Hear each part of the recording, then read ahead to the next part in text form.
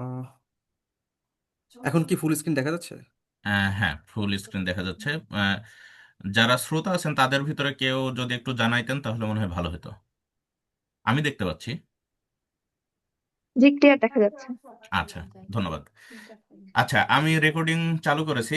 তো আমাদের আজকের সেশন হচ্ছে মালয়েশিয়াতে হায়ার স্টাডি নিয়ে, সেখানকার অ্যাডমিশন, ভিসা প্রসিজার বা স্কলারশিপ ফান্ডিং, এবং ওখানকার লাইফস্টাইল কেমন সেই বিষয়ে আজকে আমাদের দুজন স্পিকার রয়েছে। তারা তাদের ব্যক্তিগত অভিজ্ঞতার আলোকে আহ, আমাদের মানে তাদের মূল্যবান বক্তব্য আমাদের মাঝে শেয়ার করবে। তো প্রথমে আমি আমার পরিচয় দিয়ে নিই। আমার নাম হচ্ছে মোহাম্মদ আশিকুজ্জামান। আমি সিভিল 12 সিরিজের ছিলাম। 2018 সালে আমি গ্রাজুয়েশন শেষ করছি। এর পরবর্তীতে উম, আমি মাস্টার্স করতে গেছিলাম চায়নাতে। চায়নাতে মাস্টার্স শেষ করে পরবর্তীতে ইরাসমাসে বেলজিয়ামে গেছিলাম। ওখানে ইরাসমাস প্রোগ্রামটা আসলে একটু আলাদা হয়ে যাওয়ার কারণে আমি ইরাসমাস ছেড়ে দিয়ে পরে ওই সময় আমার আমেরিকায় হয়ে যাওয়ার কারণে আমি এখানে চলে আসছি। এখন এখানে পার্ট টাইম পিএইচডি করতেছি, সাথে চাকরি করতেছি একটা কোম্পানিতে জিওটেকনিক্যাল ইঞ্জিনিয়ার হিসেবে। আহ, তো আমি বর্তমানে আছি হচ্ছে বোস্টনে। তো এই হচ্ছে আমার পরিচয়।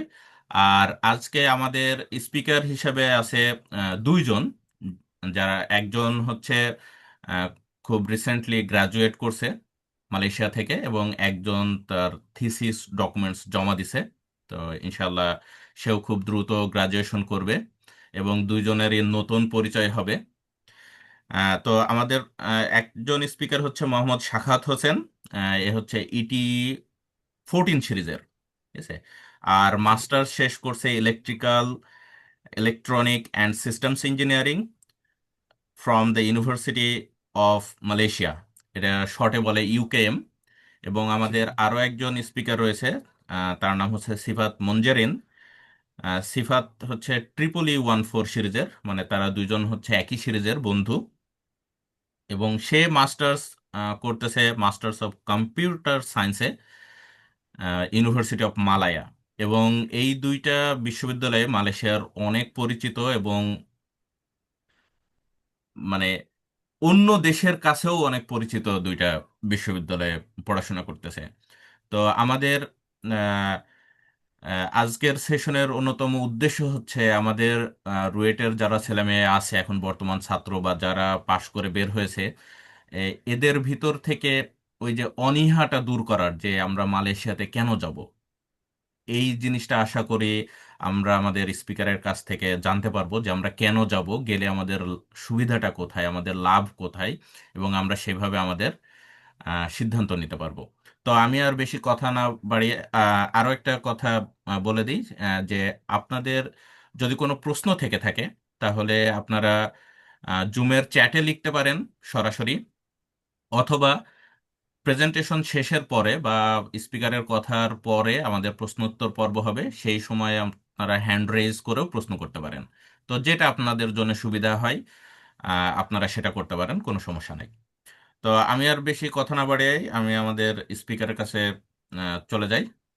তো সাখাওয়াত বা সিফাত, তোমরা যেভাবে প্ল্যান করো সেভাবে শুরু করতে পারো। থ্যাংক ইউ ভাই। থ্যাংক ইউ ভাই আমাদেরকে পরিচয় করে দেওয়ার জন্য। আর আমি অবভিয়াসলি এপ্রিসিয়েট করব আপনার এই উদ্যোগটাকে, যেটা হয়তো বা অনেকেই চেষ্টা করে কিন্তু মানে লং টার্ম মানে আমি কোনো দেখি না যে এটা ধরে আছে। বাট আমাদের এই হায়ার স্টাডি সোসাইটিতে যারা আছেন এখন যারা আছেন আহ, আহ, আহ, সবাই হচ্ছে আপ্রাণ চেষ্টা করতেছে যে এই ইনফরমেশনগুলো আমাদের গ্রুপের মাধ্যমে সবাইকে স্প্রেড করা, নতুন নতুন ইনফরমেশনগুলো হচ্ছে আরো এক্সপ্লোর করা। তো আমাদের এই সেমিনারগুলোর উদ্দেশ্য হচ্ছে এই ইনফরমেশনগুলো যেন আরো স্প্রেড হয়, যেগুলো ইন্টারনেটে ইউজুয়ালি অ্যাভেলেবেল থাকে না। এটা হচ্ছে রিসেন্ট গ্রাজুয়েটদের মাধ্যমে হচ্ছে তাদের এক্সপিরিয়েন্সের মাধ্যমে যে ইনফরমেশনগুলো নতুন করে উঠে আসে, এগুলো যেন হচ্ছে কারেন্ট জুনিয়রদের মধ্যে ছড়াই যায়, যেন তাদের হচ্ছে ফার্দার প্ল্যান করতে সুবিধা হয়। তো ধন্যবাদ ভাইকে। সাথে হচ্ছে ধন্যবাদ সিফাতকে। সিফাত কি আছো? হ্যালো। ও, হ্যাঁ হ্যাঁ, আছে আছে। ওকে। তো বেশ, সিফাত হচ্ছে বলুন। Triple E 14। আমি হচ্ছে শাখাওয়াত ফ্রম ইটি 14। তো আমি হচ্ছে ইটি থেকে গ্রাজুয়েশন কমপ্লিট করার পর আমি দেশে ছিলাম, দেশে জব করছিলাম একটা আর&ডি কোম্পানিতে, যেটা হচ্ছে বাংলাদেশ মিলিটারির ব্যাক এন্ডে কিছু প্রজেক্ট রান করতো। তো তারপর ওইখান থেকে হচ্ছে আমি আম, স্বাভাবিকভাবেই হচ্ছে মাস্টার্স পিএইচডিতে ইউএসএ চেষ্টা করতে থাকি।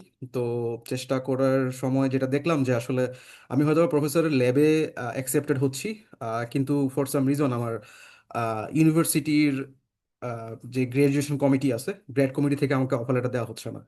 তো রিজনটা ছিল যে আমার সিজিপিএ বেশ কম ছিল এবং আমার রিসার্চ প্রোফাইলটা ছিল মোটামুটি, বাট ওই যে সিজিপিএর যে ল্যাকিংসটা আছে, তার জন্যই আমি আসলে খুঁজতেছিলাম যে কোন দেশে যাওয়া যায়। তো ওখান থেকে আমি আসলে বেশ কয়েকটা দেশ চুজ করছিলাম এবং হচ্ছে অ্যাপ্লাই করছিলাম এবং আমি সিলেক্টেডও হয়েছিলাম। তো ওইখান থেকেই আসলে ওই মালয়েশিয়া চুজ করা, এবং কি কি কারণে আমি চুজ করছিলাম এবং কিভাবে কিভাবে আমি এখানে আসছি, এটাই হচ্ছে আমরা আমাদের স্লাইডে আজকে তুলে ধরবো। তো সিফাত কি কিছু বলবা শুরুতে? হ্যাঁ, আমিও কিছু অ্যাড করতে চাই যে আমার মালয়েশিয়া যাওয়ার আগে আমি গ্র্যাজুয়েশন শেষ করার পর ইলেকট্রিক্যাল ইঞ্জিনিয়ারিং থেকে 3 বছরের মতো সফটওয়্যার ইঞ্জিনিয়ার হিসেবে ছিলাম সেলিস ডিজিটাল প্ল্যাটফর্মসে। বাট আমি ট্রানজিশন যখন পিএইচডির জন্য ডিরেক্ট অ্যাপ্লাই করতে যাই তখন যে জিনিসটা আমি আসলে ফেস করছিলাম যে আমার একে তো সিএসসি ফিল্ডে এমনি কম্পিটিশন অনেক বেশি, অপরচুনিটি বেশি আর কম্পিটিশনও বেশি। প্লাস আমার যদিও জব এক্সপিরিয়েন্স ছিল সেটা আসলে রিসার্চের সাথে রিলেটেড না। সো ইন দ্যাট সিনারি আমি বেশ কিছু জায়গায় অ্যাপ্লাইও করি। আহ, তার মধ্যে Malaysia was one of them, যেখানে আসলে আমার কাছে মনে হয়েছে যে আমার এখানে একটা মাস্টার্স করে নেক্সট স্টেপে যাওয়ার জন্য জিনিসটা আসলে একটা বুস্ট দিবে। আর আমার যে ট্রানজিশনটা এটাও আসলে আরো ইজিয়ার হবে। সো মেনলি এই কারণে আমার মাস্টার্স শুরু করা, আর বাকিটা তো সেশনের মধ্যে ডিসকাস হবে। ওকে, আমরা আজকে আমাদের সেশনটাকে সাজাইছি কয়েকটা স্টেপে, যেমন হচ্ছে হোয়াই মালয়েশিয়া, তারপর এখানে কোন ধরনের ডিগ্রিগুলা অ্যাকচুয়ালি আমরা ডিসকাস করব আমাদের হায়ার স্টাডির জন্য, তারপর হচ্ছে ইউনিভার্সিটি সিলেকশনটা আমরা কীভাবে করছিলাম, তারপর কী কী ফান্ডিং অপরচুনিটি এবং ফান্ডিং টাইপ এখানে আছে, তারপর হচ্ছে পপুলার কিছু স্কলারশিপ আছে, ওগুলাও টুকটাক ডিসকাস করব, তারপর হচ্ছে ভিসা ডকুমেন্টস, লিভিং স্টাইল, আর পোস্ট স্টাডি জব অপরচুনিটি আছে কি নাই, অথবা থাকলেও কিরকম, ওগুলো নিয়ে আমরা একটা ধারণা শেয়ার করার চেষ্টা করবো আর কি। তো প্রথমত হচ্ছে হোয়াই মালয়েশিয়া। তো আমি এটা একটা হিন্ট হচ্ছে শুরুতে বলছিলাম যে আমার হচ্ছে যখন আমি ব্যাচেলরে ছিলাম, আমার রিসার্চ প্রোফাইল আলহামদুলিল্লাহ ভালো ছিল। বেশ কয়েকটা কিউয়ান জার্নাল, কিছু কনফারেন্স পেপার, কিছু আরে এক্সপিরিয়েন্স, এবং আমার যেই জবটা ছিল ওটাও অ্যাকচুয়ালি আমার রিসার্চ ফিল্ডের উপর ছিল। তো সব মিলিয়ে আমার কাছে মনে হয়েছিল যে okay, I have everything but a little scratch in my profile. তো তো তাও আমি বিভিন্ন জায়গায় অ্যাপ্লাই করতাম, তো হয় নাই। তো ওই জিনিসটাকে কাভার আপ করার জন্য এজ এ গেটওয়ে হিসেবে আমি হচ্ছে মালয়েশিয়াকে চুজ করি। সো ফার্স্ট অফ অল, আমি মালয়েশিয়ার মানে আমাদের জন্য যারা রুয়েটেনদের জন্য মালয়েশিয়া হইতে পারে একটা গেটওয়ে। এখন এই গেটওয়েটা মানে কোনো একটা সময় পপুলার ছিল যে মালয়েশিয়া হয়ে অস্ট্রেলিয়া যাওয়া সহজ, এই কথাটা আমরা অনেকের মুখে শুনছি। তো তখন থেকে আমি আসলে এক্সপ্লোর করতে থাকি, আচ্ছা শুধুই কি অস্ট্রেলিয়া, অন্য কোনো দেশে কি যাওয়া যায় না? কারণ মালয়েশিয়ার কিছু কিছু ডিগ্রি আছে যেগুলো হচ্ছে অস্ট্রেলিয়ান রিজিয়নেও সেম ডিগ্রিগুলা আছে, মানে একটু ডিফারেন্ট থাকে ওগুলো অন্যান্য দেশ থেকে। তো যেহেতু অস্ট্রেলিয়া ডিরেক্টলি মালয়েশিয়াকে রিকগনাইজ করতেছে, সো মালয়েশিয়া হয়ে অস্ট্রেলিয়া যাওয়া সহজ, যেহেতু অস্ট্রেলিয়াতে আসলে হাই সিজিপিএ একটা ব্যাপার স্যাপার থাকে মাস্টার্স পিএইচডিতে এনরোল হওয়ার জন্য। তো এই এটা একটা গেটওয়ে। অ্যান্ড সেকেন্ডলি আমার মাথায় প্রশ্ন ছিল যে তার মানে কি অন্য কোনো দেশে যাওয়া যায় না, নাকি আদৌ যাওয়া যায়? তো আরেকটু ডিগ ইন করলাম। তো আমি দেখলাম যে আমাদের রুয়েটের হচ্ছে অনেক অ্যালামনাই আছেন যারা হচ্ছে মালয়েশিয়ার অনেকগুলো ইউনিভার্সিটি থেকে মাস্টার্স করে তারা হচ্ছে ইউএসএ, কানাডা, অন্যান্য দেশেও পাড়ি জমাইছে। তো ওটাকেই যখন আস্তে আস্তে ফাইন্ড আউট করলাম, তারপরে আমি ইন্সপিরেশনটা পাইলাম যে না, মালয়েশিয়াতে যাওয়া যায়।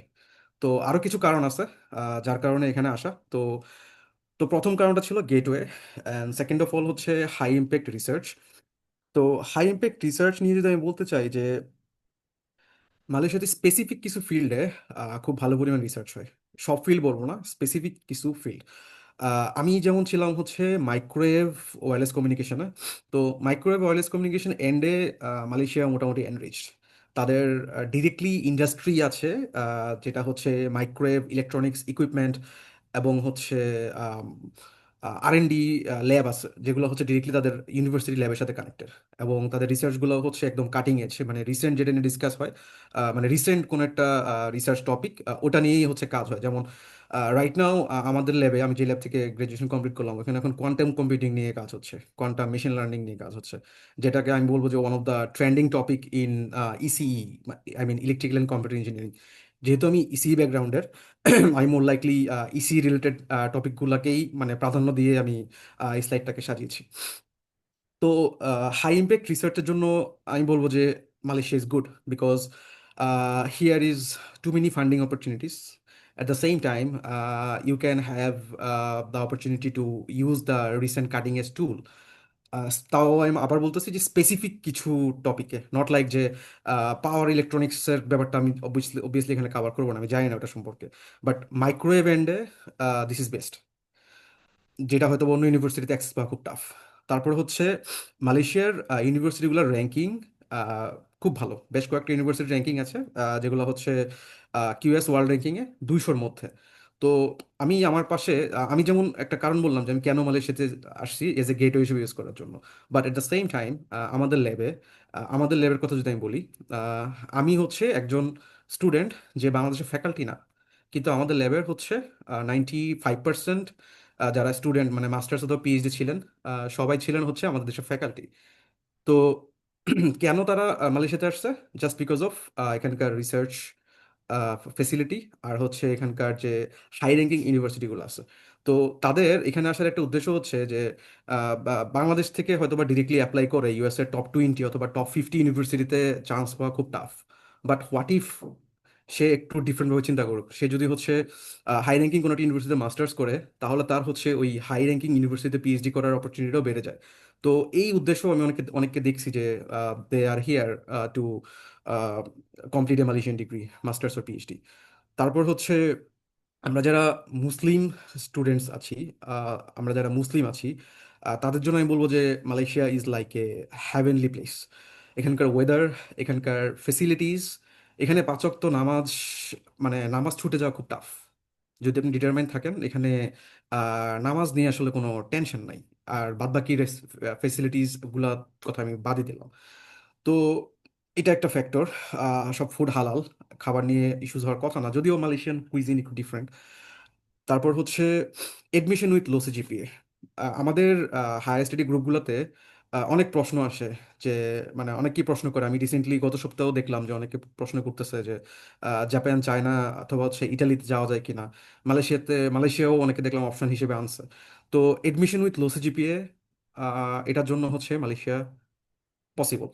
আই মিন মালয়েশিয়াতে লো সিজিপিএ নিয়ে অ্যাডমিশন পাওয়া পসিবল, কারণ এখানকার ইউনিভার্সিটির রিকোয়ারমেন্টগুলো ডিরেক্টলি মানে মানে অনেক ইউনিভার্সিটি আছে বলে দেয় যে আমি 3-এর নিচে সিজিপিএ হলে অ্যাপ্লাই করতে পারবো না, কিন্তু মালয়েশিয়ান ইউনিভার্সিটিগুলোতে বলে এরকম সিস্টেম আছে যে 3-এর নিচে সিজিপিএ হলে, সাপোজ 2.8 থেকে 3-এর মধ্যে আছে, তাহলে তার 2 বছরের জব এক্সপিরিয়েন্স দেখাইতে হবে।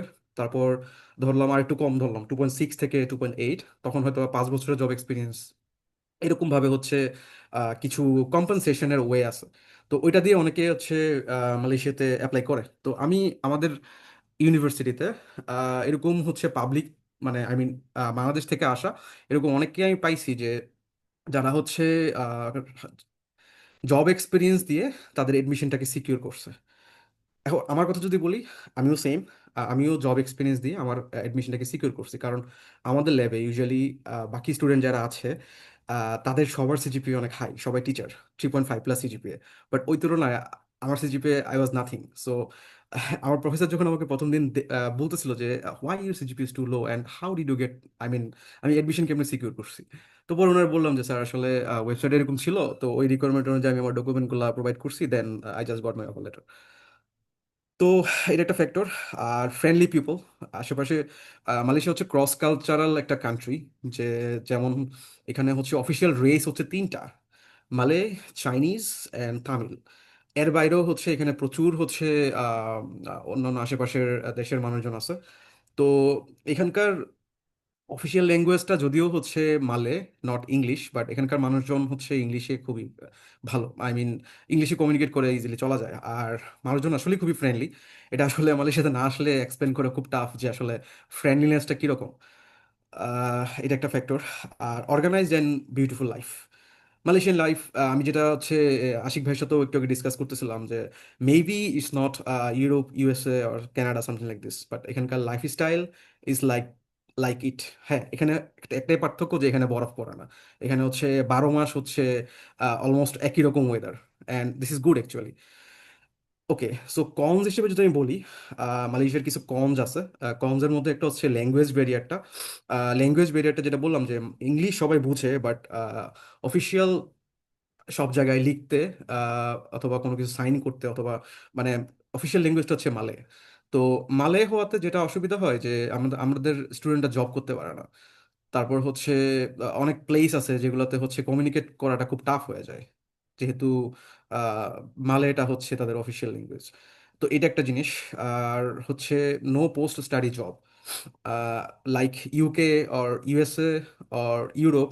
এখানে হচ্ছে স্টাডি করার পর আপনাকে 1-2 বছরের কোনো এরকম কোনো ভিসা দেওয়া হয় না যে যে আপনি জব খুঁজতে পারেন। এখানকার হচ্ছে খুবই স্ট্রেট কাট রুলস। আপনি পড়াশোনা করবেন and then just leave the country, something like this. তারপর এখানে হচ্ছে পার্ট টাইম জব করার কোনো সুবিধা নাই। আম, এখানে যদিও অনেকে বলে যে পার্ট টাইম জব করে, but they are like illegal. Illegally হচ্ছে তারা জব করতেছে, এবং এটার জন্য তারা মাঝে মধ্যে যখন ইমিগ্রেশনের হচ্ছে যখন রেড হয়, তখন যখন ধরা পড়ে তখন কিন্তু পেনাল্টিও খায় বেশ বড় আকারের।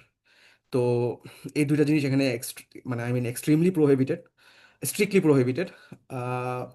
তারপর হচ্ছে contractual visa and job. Okay, so অনেকেই হয়তোবা শুনছে যে মালয়েশিয়াতে জব করতেছে উমুক তমুক বড় ভাই। হ্যাঁ, এটা ট্রুথ। বাংলাদেশ থেকে অনেকেই হচ্ছে জবের সুবাদে আপগ্রেডেশন হিসেবে, সাপোজ লিঙ্কডইনে অ্যাপ্লাই করছে, অন্য কোনো সোর্সে অ্যাপ্লাই করছে, এরকম হিসেবে অনেকেই হচ্ছে মালয়েশিয়াতে আসেন, কন্ট্রাকচুয়াল আই মিন জব করতে আসেন। বাট মোর লাইকলি তাদের ম্যাক্সিমাম জবেরই একটাই অসুবিধা, ওটা হচ্ছে জবগুলো কন্ট্রাকচুয়াল জব, এবং ভিসা রিনিউ করতে হয় এভরি ইয়ার। লং টার্ম কোনো ভিসা এখানে প্রোভাইড করা হয় না, এবং জবগুলোও হচ্ছে প্রতি বছর বছর এক্সপিরিয়েন্স অনুযায়ী রিনিউ করা হয়। সো এখানকার লাইফটা আসলে ওরকম সিকিউর না।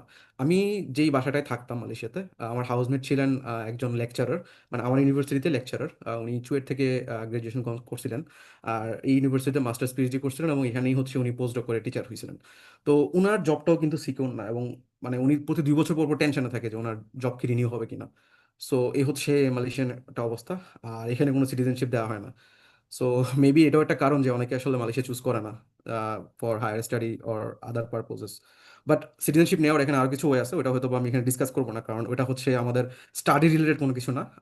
স্টাডির বাইরে এটা সম্পূর্ণ আলাদা একটা সিস্টেম। সিফাত কি কোনো কিছু অ্যাড করবো এখানে? এখানে একটা জিনিস জাস্ট অ্যাড করবো, ওই যে নো পোস্ট জব যে অপরচুনিটি, হুম এইটা হুম আসলে আনফরচুনেটলি আমাদের জন্য অ্যাভেলেবল না। হুম হুম। বাট ওদের একটা গ্র্যাজুয়েট পাস সিস্টেম আছে যেটার জন্য 1 বছর ওরা অ্যালাউ করে, বাট সেটা সিলেক্টিভ কিছু দেশকে। এর মধ্যে ইন্ডিয়া, চায়নাও আছে, বাট আনফরচুনেটলি বাংলাদেশ এখনো নেই, আর খুব সম্ভবত থাকবেও না। বাট এটা নিয়ে হচ্ছে যে রিসেন্টলি হচ্ছে হ্যাঁ। ডক্টর মোহাম্মদ ইউনুস যখন আসছিলেন, ওনার সাথে ওনাকে এটা নিয়ে কথা বলতে মানে, আচ্ছা, ডক্টর মোহাম্মদ ইউনুস যখন আসছিলেন উনি একটা অনারারি পিএইচডি ডিগ্রি পাইছিলেন। পিএইচডি হচ্ছে আমাদের ইউনিভার্সিটি থেকে দেওয়া হয়েছিল ওনাকে। আর ওনার নামে অলরেডি আমাদের ইউনিভার্সিটিতে একটা সেন্টার আছে, বিজনেস সেন্টার আছে, doctor Mohammad Yunus business centre, something like this. তো ওটার সুবাদে আমরা সবাই একটা পিটিশন টাইপের সাইন করছিলাম যে পোস্ট স্টাডি যে অপরচুনিটিটা আছে, ওই কার্ডের মধ্যে আমাদেরকে যেন ইনক্লুড করা হয়। তো ওই পিটিশনটা আসলে একদম ইন্টারনালি অনেক ডিসকাশন হয়েছে, বাট এটার লেটেস্ট আপডেটটা আমি আসলে জানি না। হয়তো বা পজিটিভ কিছু এখনো হয় নাই, বাট মেবি হওয়ার চান্স থাকতে পারে, যেহেতু ডক্টর মোহাম্মদ ইউনুস ডিরেক্টলি এর সাথে কানেক্টেড ছিলেন। Let's say, I mean let's see what happens. Okay, তো তারপর আমরা চলে যাব হচ্ছে এখানকার ডিগ্রি টাইপে।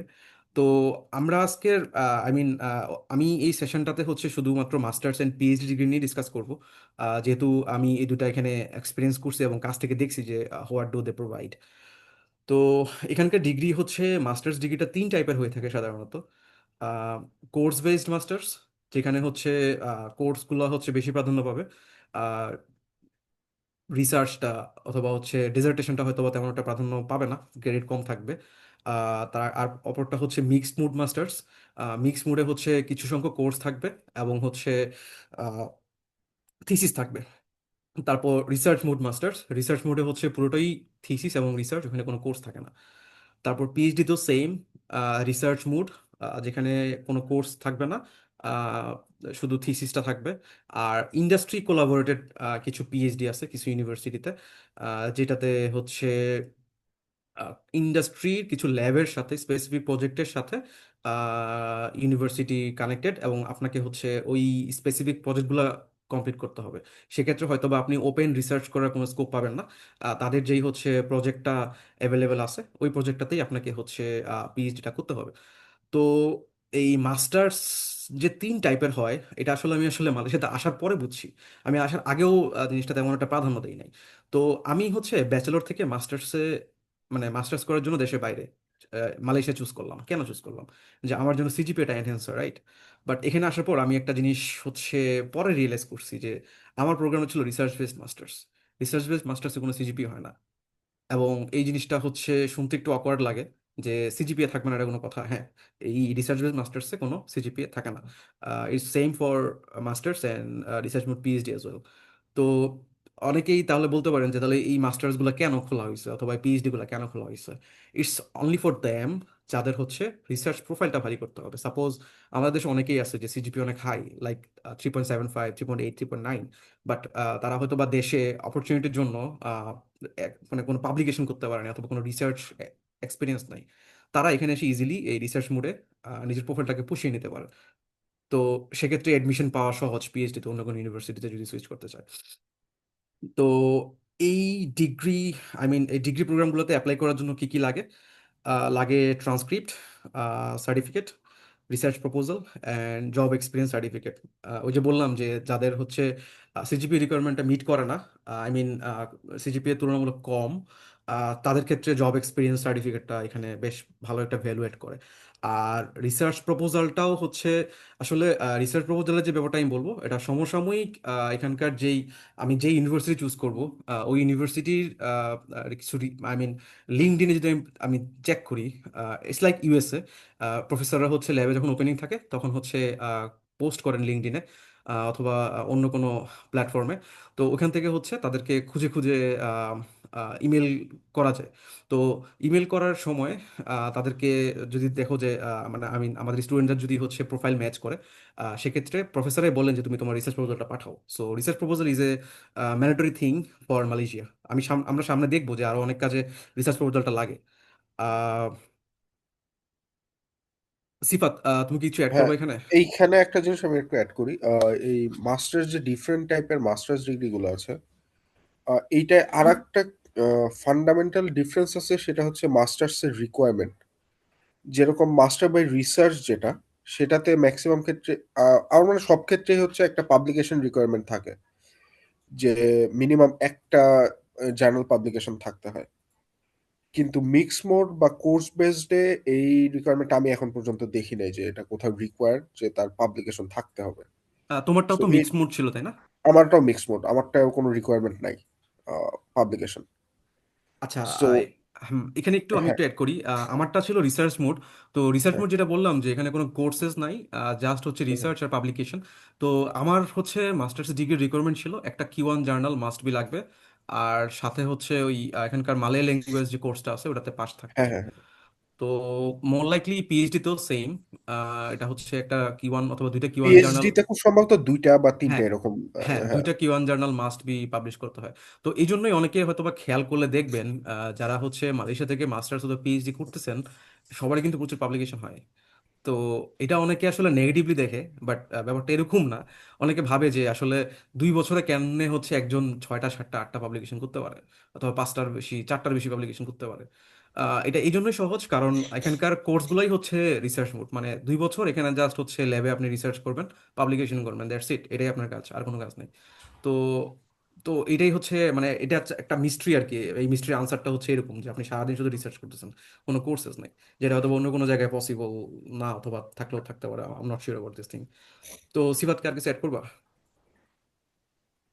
হ্যাঁ। আর আরেকটা হচ্ছে, কেউ যদি খুব ফাস্ট, মানে ফাস্টেস্ট টাইমে তার মাস্টার্স শেষ করতে চায়, সেই ক্ষেত্রে তার জন্য আমার মতে আর কি বেস্ট অপশন হচ্ছে কোর্স বেস মাস্টার্স।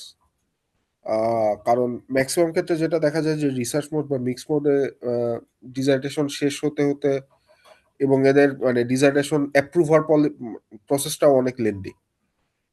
সো হুম। সবকিছু মিলে মিনিমাম 1.5 বছর লেগেই যায়। 2 বছর লাগাটাও খুব নর্মাল। বাট কেউ ও। যদি চায় যে সে খুব ফাস্ট ট্র্যাক ওয়েতে শেষ করবে, যেটা আমি বেশিরভাগ চাইনিজ স্টুডেন্টদের ক্ষেত্রে দেখি, যারা হয়তো কোর্স বেস মাস্টার্সে আসে, 2টা সেমিস্টারে হচ্ছে 6টা করে কোর্স নেয়, তারপরে হয়তো একটা স্পেশাল সেমিস্টারে তারা কোর্স নেয়, 3 সেমিস্টারের কোর্স শেষ করে ফেলে। সো এইটা হচ্ছে আরেকটা জিনিস যেটা আর কি মানে ডিগ্রি চুজ করার সময় মাথায় রাখা উচিত। হ্যাঁ, সাক্ষাৎ কিছু বলতেছিলাম। এখানে হচ্ছে আরেকটা জিনিস ছিল যে এই রিসার্চ মুড মাস্টার্সের টাইম ডিউরেশনটা কিন্তু বেশি। আহ, তাদের ন্যূনতম টাইম ডিউরেশন 2 থেকে 3 বছর, মানে 4 থেকে 6 সেমিস্টার। আগে মানে আমরা যখন শুরু করি, আমরা শুরু করি হচ্ছে 2023-এর অক্টোবরে, মানে ফল 2023-এ। তো এর আগে রুলসটা ছিল যে 3 সেমিস্টারও চাইলে কেউ শেষ করে ফেলতে পারতো। বাট আমি আসার পর হচ্ছে এই রুলসটা চেঞ্জ হয়ে গেছে, ন্যূনতম 4 সেমিস্টার মাস্ট বি কমপ্লিট করতে হবে। তো এই আহ, তিনটা এই মাস্টার্স টাইপের মধ্যে আরেকটা ব্যাপার আছে যে কোর্স বেসড মাস্টার্সে কোনো ধরনের আরআই অথবা টিএশিপ অফার করা হয় না। এটা ফুললি হচ্ছে সেলফ ফান্ডেড। আই মিন যদি কোনো ফান্ডিং মানে স্কলারশিপ না পায়, সেক্ষেত্রে ফুললি সেলফ ফান্ডেড। আর রিসার্চ মুড আর মিক্সড মুডে হচ্ছে ইউএস এর মতো আরএশিপ টিএশিপ পাওয়া possible with scholarship. I mean স্কলারশিপটা সবার জন্য অ্যাভেলেবল যদি কেউ পায়। আর হচ্ছে আরএস শিফট টিএ শিফটটা হচ্ছে শুধুমাত্র মিক্সড আর রিসার্চ মোডের জন্য। ওটা কোর্স বেসডে অফার করা হয় না। Same thing goes for PhD. এখানকার রিসার্চ মোডে হচ্ছে টিএশিপ আরএশিপ অফার করা হয়, বাট হচ্ছে কোর্স বেসডে হচ্ছে কোনো ধরনের হচ্ছে টিএশিপ আরএশিপ অফার করা হয় না। অ্যাটলিস্ট আই মিন আমি কোনো ইউনিভার্সিটিতে দেখি নাই এখন পর্যন্ত, যতগুলো আমি এক্সপিরিয়েন্স করছি। তো সিফাত, আর কিছু অ্যাড করবো, না হয় আমি ফার্দার মুভ করবো? না, আমার আর কিছু নাই অ্যাড করার। আচ্ছা। তো কোর্সগুলা যেগুলো একটু আগে বললাম আমরা, যে মাস্টার্সে 3 টাইপের কোর্স থাকে, পিএইচডিতে 2-3 টাইপের কোর্স থাকে। তো এই কোর্সগুলা কিন্তু সব ইউনিভার্সিটিতে আবার অফার করে না। তো 5টা মালয়েশিয়াতে স্পেশালি হচ্ছে 5টা পাবলিক ইউনিভার্সিটি আছে, যারা হচ্ছে মালয়েশিয়ার রিসার্চ গুলাকে হচ্ছে আই মিন ডিস্ট্রিবিউট করে, যে নতুন কোনো একটা টপিক, ইমার্জিং টপিক যখন আসবে, এই 5টা ইউনিভার্সিটি থেকে হচ্ছে তারা সেন্ট্রালি ডিসাইড করে যে অ্যাকচুয়ালি কোন কোন টপিকগুলো হচ্ছে ইমার্জিং হবে এবং কোনগুলোতে তারা আই মিন বাকি ইউনিভার্সিটিগুলোতে তারা হচ্ছে এটা প্রোভাইড করবে। তো মালয়েশিয়াতে হচ্ছে কিছু ফান্ড, আই মিন কিছু গ্র্যান্ট আছে, ওই গ্র্যান্টগুলা ডিসাইড যারা করে তারা হচ্ছে মালয়েশিয়ার টপ টপ রিসার্চাররা। এই 5-6টা ইউনিভার্সিটিতে, মানে আই মিন পাবলিকগুলোতে তাদের ইফেক্টটা বেশি। তো তাদের ডিসিশনগুলাই হচ্ছে ফাইনাল ডিসিশন হিসেবে অ্যাড হয়। যেমন মালয়েশিয়াতে এখন হচ্ছে কোয়ান্টাম কম্পিউটিং নিয়ে বেশ কাজ হচ্ছে। খুব সুন হয়তো বা মালয়েশিয়াতে কোয়ান্টাম ফেসিলিটি চলে আসবে, যেটা এখন হয়তো বা ইউরোপের দেশগুলোতে আছে, ইউএসএতে আছে।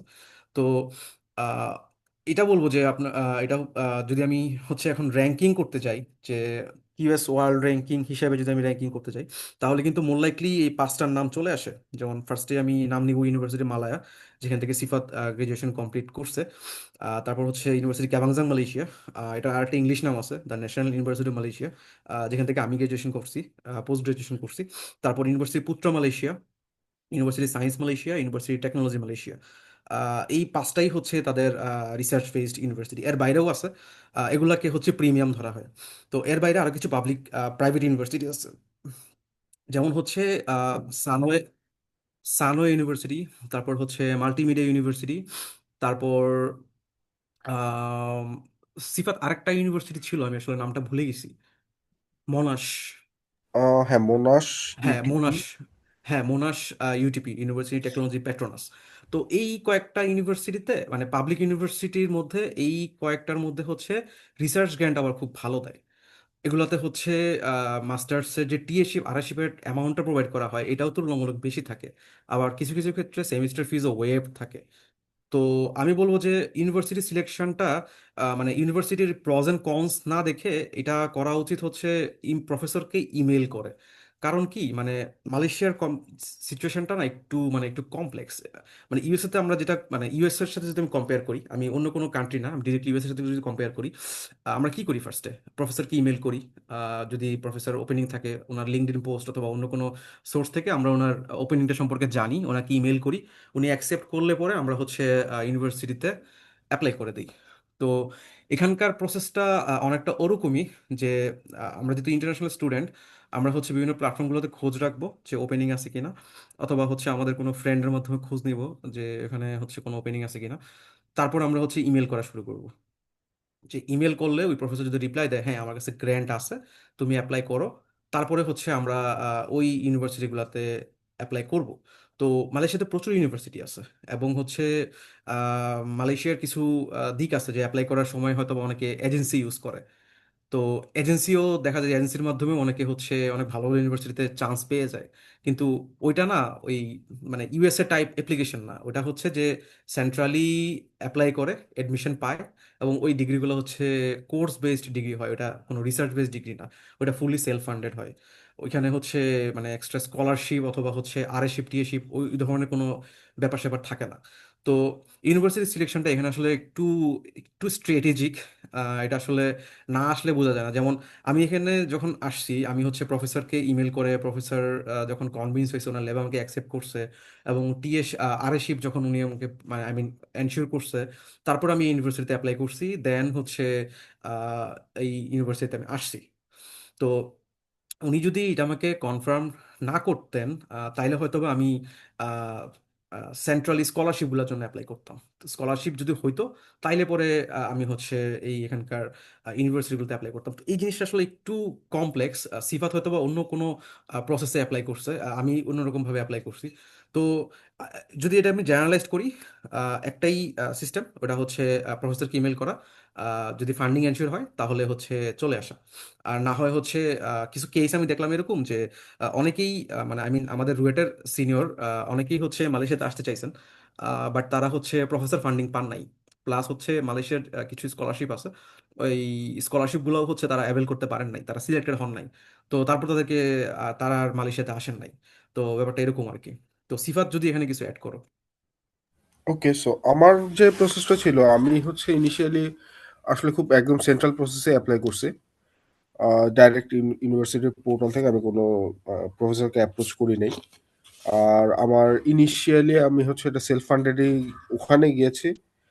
আহ, যাওয়ার পর হচ্ছে আমি ওখান থেকে হচ্ছে টিএশিপ ম্যানেজ করছি, যেটা আর কি আহ, মানে যেটা দিয়ে আর কি আমার প্রোগ্রামের লাস্ট হাফটা আমি পুরোটাই ফান্ড করতে পারছি। আর এইটাই হচ্ছে আপাতত অ্যাড করি, বাকিটা পরে বলি যদি। ওকে। আচ্ছা। তো আহ, এই জন্য বললাম যে আসলে মালয়েশিয়ার ইউনিভার্সিটি সিলেকশনের প্রসেসটা একটু ডিফারেন্ট। আমি হচ্ছে ইউকে, মানে আমি যে ইউনিভার্সিটিতে আসছি, আমি এখানকার প্রফেসরকেই কেন মেল করছি, এটার কিছু রিজন আছে।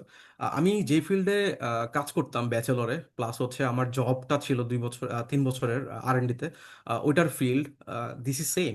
তো আমি ওই ফিল্ডের যারা রিসেন্ট কাজ করতো তাদের ল্যাবগুলা সম্পর্কে আমার আইডিয়া ছিল, কারণ আমি যেহেতু ওই ফিল্ডে 4-5 বছর ধরে তাদের পেপার ফলো করি। তো এখানে একটা ল্যাব ছিল এই ইউনিভার্সিটি ক্যাপাংজাং মালয়েশিয়ার। ওখানকার একজন প্রফেসর ছিলেন ল্যাব হেড। আমি আসলে ওনাকে অনেক আগে থেকে চিনতাম এবং ওনার কাজগুলো আমি ফলো করতাম। তো ওই সুবাদেই আসলে ওনাকে রিচ করা। তো আমি ওরকম ভাবে ইউনিভার্সিটিটাকে চিনি। আমি তখনও কিন্তু এটা র্যাঙ্কিং নিয়ে আমার কোনো মাথা ব্যথা ছিল না। বাট পরে অ্যাপ্লাই করার সময় দেখলাম আচ্ছা এটা র্যাঙ্কিং বেশ ভালো। তারপরে আমি এটা সম্পর্কে অবগত হয়েছি।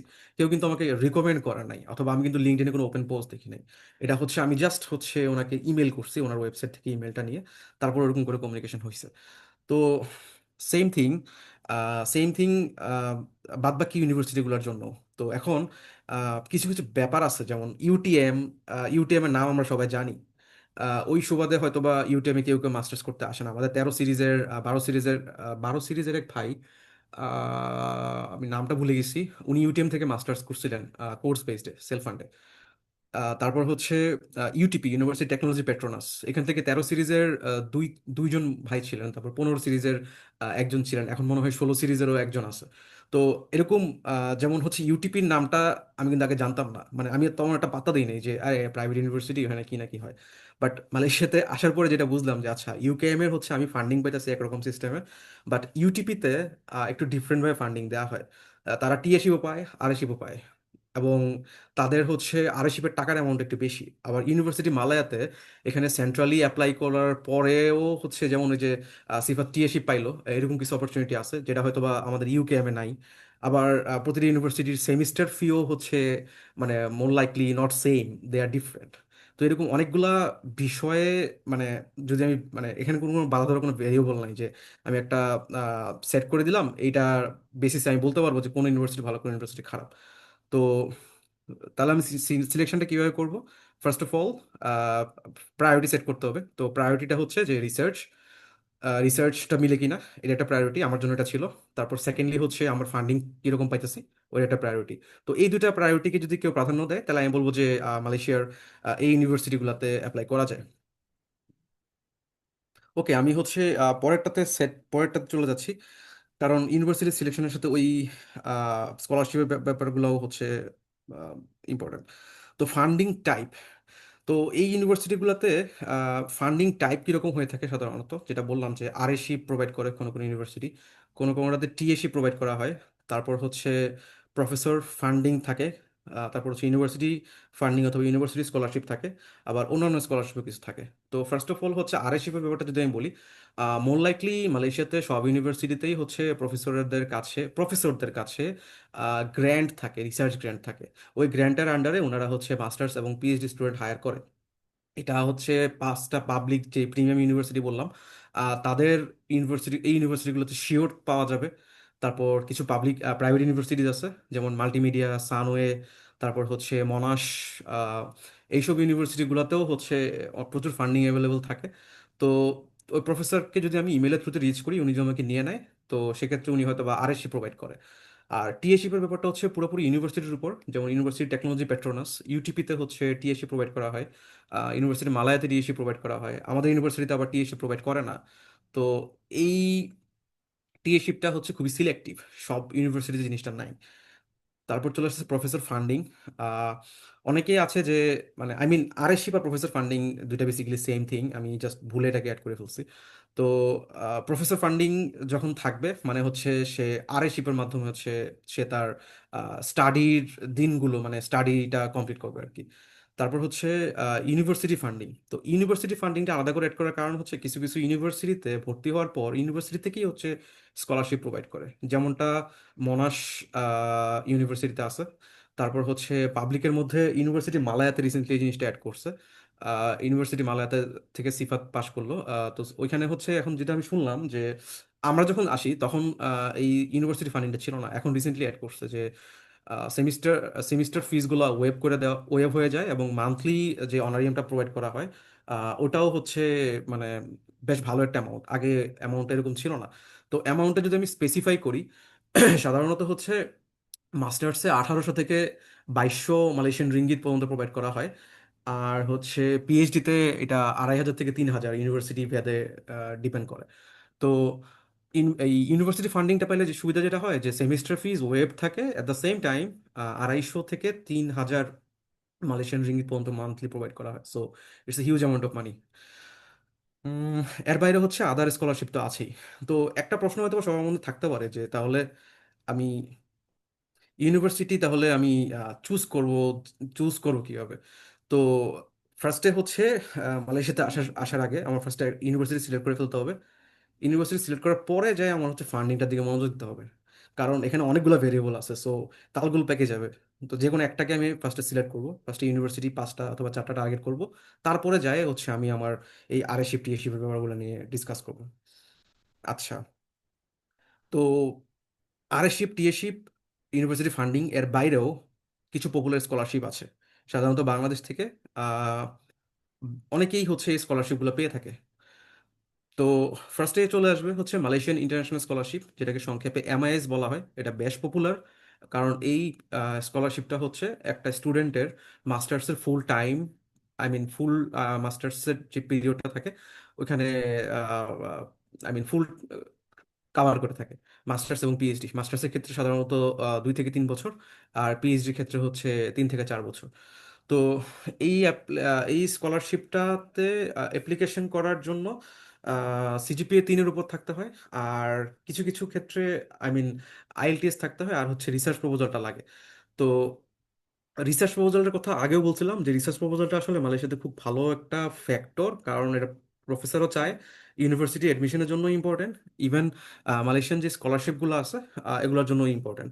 তো মালয়েশিয়ান ইন্টারন্যাশনাল স্কলারশিপটার হচ্ছে সুবিধা হচ্ছে কি, এটা যদি কেউ অ্যাভেল করতে পারে, সে হচ্ছে তার স্টাডি ডিউরেশনটা পুরোটাতে সেমিস্টার ফি ওয়েব থাকবে, এবং মান্থলি সে 1500 রিঙ্গিতের মতো একটা অনারিয়াম পাবে, যেটা আসলে খুব হিউজ। এবং মানে এই অ্যামাউন্টটা বেশ হ্যান্ডসাম একটা অ্যামাউন্ট। তো এমআইএস এর বাইরে আহ, আরেকটা স্কলারশিপ আছে এমটিসিপি, যেটা হচ্ছে এমআইএস এর টাইম পিরিয়ডটা যখন শেষ হয়ে যায়। ও, এমআইএসটা হচ্ছে মে থেকে জুন মাস, সাধারণত এই সময়টা তো ওপেনিং থাকে, বছরে একবার ওপেনিং হয়। এবং এমআইএস এর স্কলারশিপের পরিমাণ, আই মিন, যতজনকে দেওয়া হয় মোটামুটি সব নেশনকে তারা হচ্ছে কভার করে। বাংলাদেশ থেকে বেশ ভালো পরিমাণ স্টুডেন্টই হচ্ছে এমআইএস পেয়ে থাকে।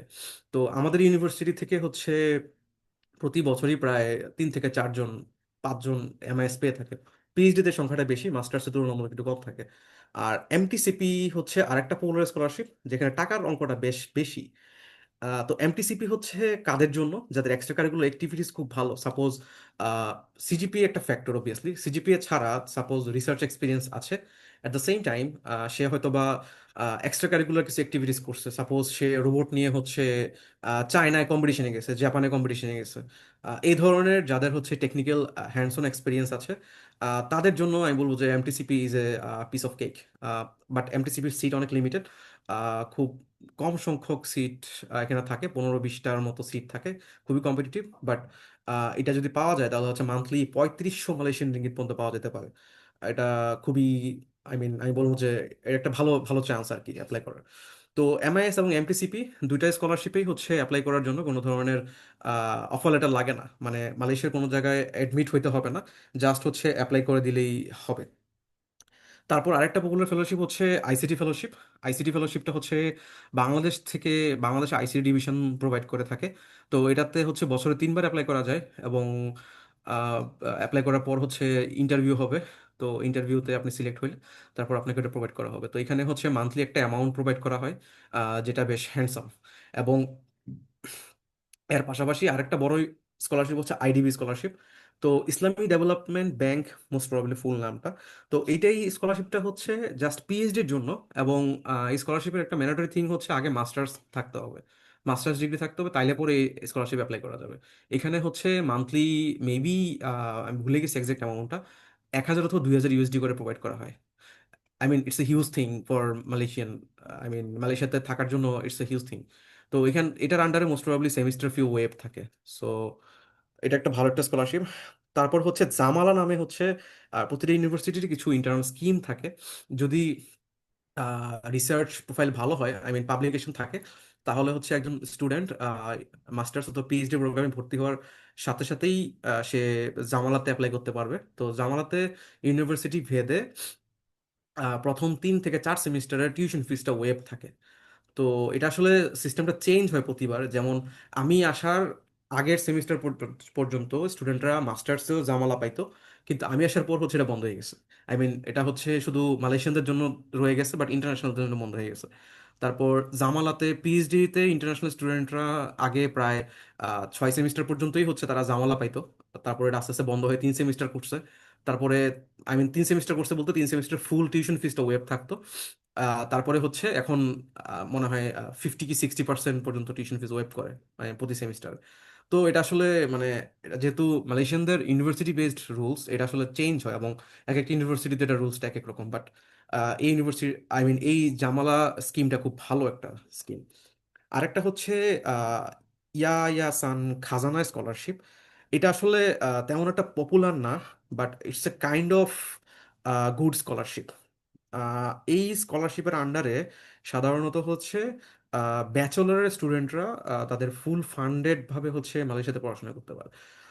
আর মাস্টার্সে কিছু কিছু ইউনিভার্সিটিতে এই স্কিমটা চালু আছে, যেমন ইউকেএম হয়তো কোনো একটা সময় ছিল, এখন নাই, বাট অন্য ইউনিভার্সিটিগুলোতে থাকতে পারে। তো আমি এই জন্য এটা অ্যাড করে রাখলাম যে এটা একটা গুরুত্বপূর্ণ, আই মিন এটা ওয়ান অফ দ্য গুরুত্বপূর্ণ স্কলারশিপ মালয়েশিয়ানদের ইন্টারনাল স্কলারশিপগুলোর মধ্যে। তো খাজানাতে আমার জানা মতে হচ্ছে, আমি এখানে এসে একটা স্টুডেন্টের সাথে পরিচিত হই, যিনি হচ্ছে রুয়েটে চান্স পাইছিলেন। রুয়েটে ফার্স্ট সেমিস্টারটা করার পরে উনি চলে আসছিলেন মালয়েশিয়াতে ব্যাচেলর করার জন্য। তো উনি হচ্ছে খাজানা স্কলারশিপটা পাইছিলেন। তো এই কারণে আসলে এটা অ্যাড করা। তো আমি মালয়েশিয়াতে আসার পর দেখলাম যে অনেক ইন্টারন্যাশনাল স্টুডেন্টই আসলে খাজানার মাধ্যমে, মানে খাজানা স্কলারশিপটার মাধ্যমে আসে। এখানে অনেক কিছু কভার করা হয়, tuition fee, stipend, monthly stipend, plus হচ্ছে লিভিং কস্ট, অনেক কিছু এক্সট্রা করে দেওয়া হয়। So that's why it's a good thing. আর লাস্টলি আমি আরেকটা জিনিস অ্যাড করছি, I triple fellowship. Actually it's a kind of extra thing, মানে আইট্রিপল ফেলোশিপের জন্য মালয়েশিয়া থাকতে হবে ব্যাপারটা এরকম না। আহ, আমি হচ্ছে আইট্রিপল ফেলোশিপ পাইছিলাম, আইট্রিপলি অ্যান্টেন প্রোপাগেশন সোসাইটির ফেলোশিপটা আমি পাইছিলাম। তো এই জন্য আমি এটাকে এখানে অ্যাড করছি। আর মালয়েশিয়াতে এরকম অনেকগুলো অপরচুনিটিস আছে। সাপোজ আইট্রিপল ফেলোশিপ যদি আমি ইউএসএ থেকে অ্যাপ্লাই করতাম তাহলে অ্যাপ্লিকেন্ট অনেক বেশি থাকতো। হ্যাঁ, আমি বাংলাদেশ থেকে অ্যাপ্লাই করলেও হয়তো বা তারা আমাকে ওরকম করে গ্র্যান্ট করতো না, কারণ ওই ফেলোশিপের কিছু রিকোয়ারমেন্ট থাকে যে তুমি কোন ল্যাবে কাজ করতেছো, ওই ল্যাবে তোমার কাজের ডেপথ কতটুকু, এই ধরনের কিছু ব্যাপার স্যাপার আছে। তো আমি চিন্তা করে দেখলাম যে আচ্ছা, ওকে, আমি মালয়েশিয়া থেকে ট্রাই করি। কারণ আমি ফেলোশিপের আগের হিস্ট্রিগুলো চেক করতেছিলাম যে ওকে, মালয়েশিয়া থেকে কোনো ইউনিভার্সিটি নাই, বাট মালয়েশিয়া কিন্তু রিজনের মধ্যে পড়ে। তো আমি ঠিক আছে, আমি সবকিছু ঠিকঠাক করে আমি অ্যাপ্লাই করে দিই। তো অ্যাপ্লাই করার পরে দেখি যে আলহামদুলিল্লাহ I was selected for this fellowship. তো এখানকার অ্যামাউন্টটাও বেশ ভালো ছিল। আমি বলবো যে এটা সবকিছু কভার করে ব্যাপারটা এরকম না, but it's a extra thing. কেউ চাইলে অ্যাপ্লাই করতে পারে। এখন মালয়েশিয়াতে এরকম আরো অনেকগুলো অপরচুনিটিস আছে, যে কেউ যদি চায় তাহলে এগুলা এক্সপ্লোর করতে পারে। কারণ ইন্টারনাল মানে আই মিন এগুলো সম্পর্কে হয়তো বা এখন ওরকম করে এক্সপ্লোর আই মিন সবাই জানে না। তো এখনো সুযোগ আছে এরকম আহ, অদেখা রাস্তাগুলোকে এক্সপ্লোর করার। This is one of them.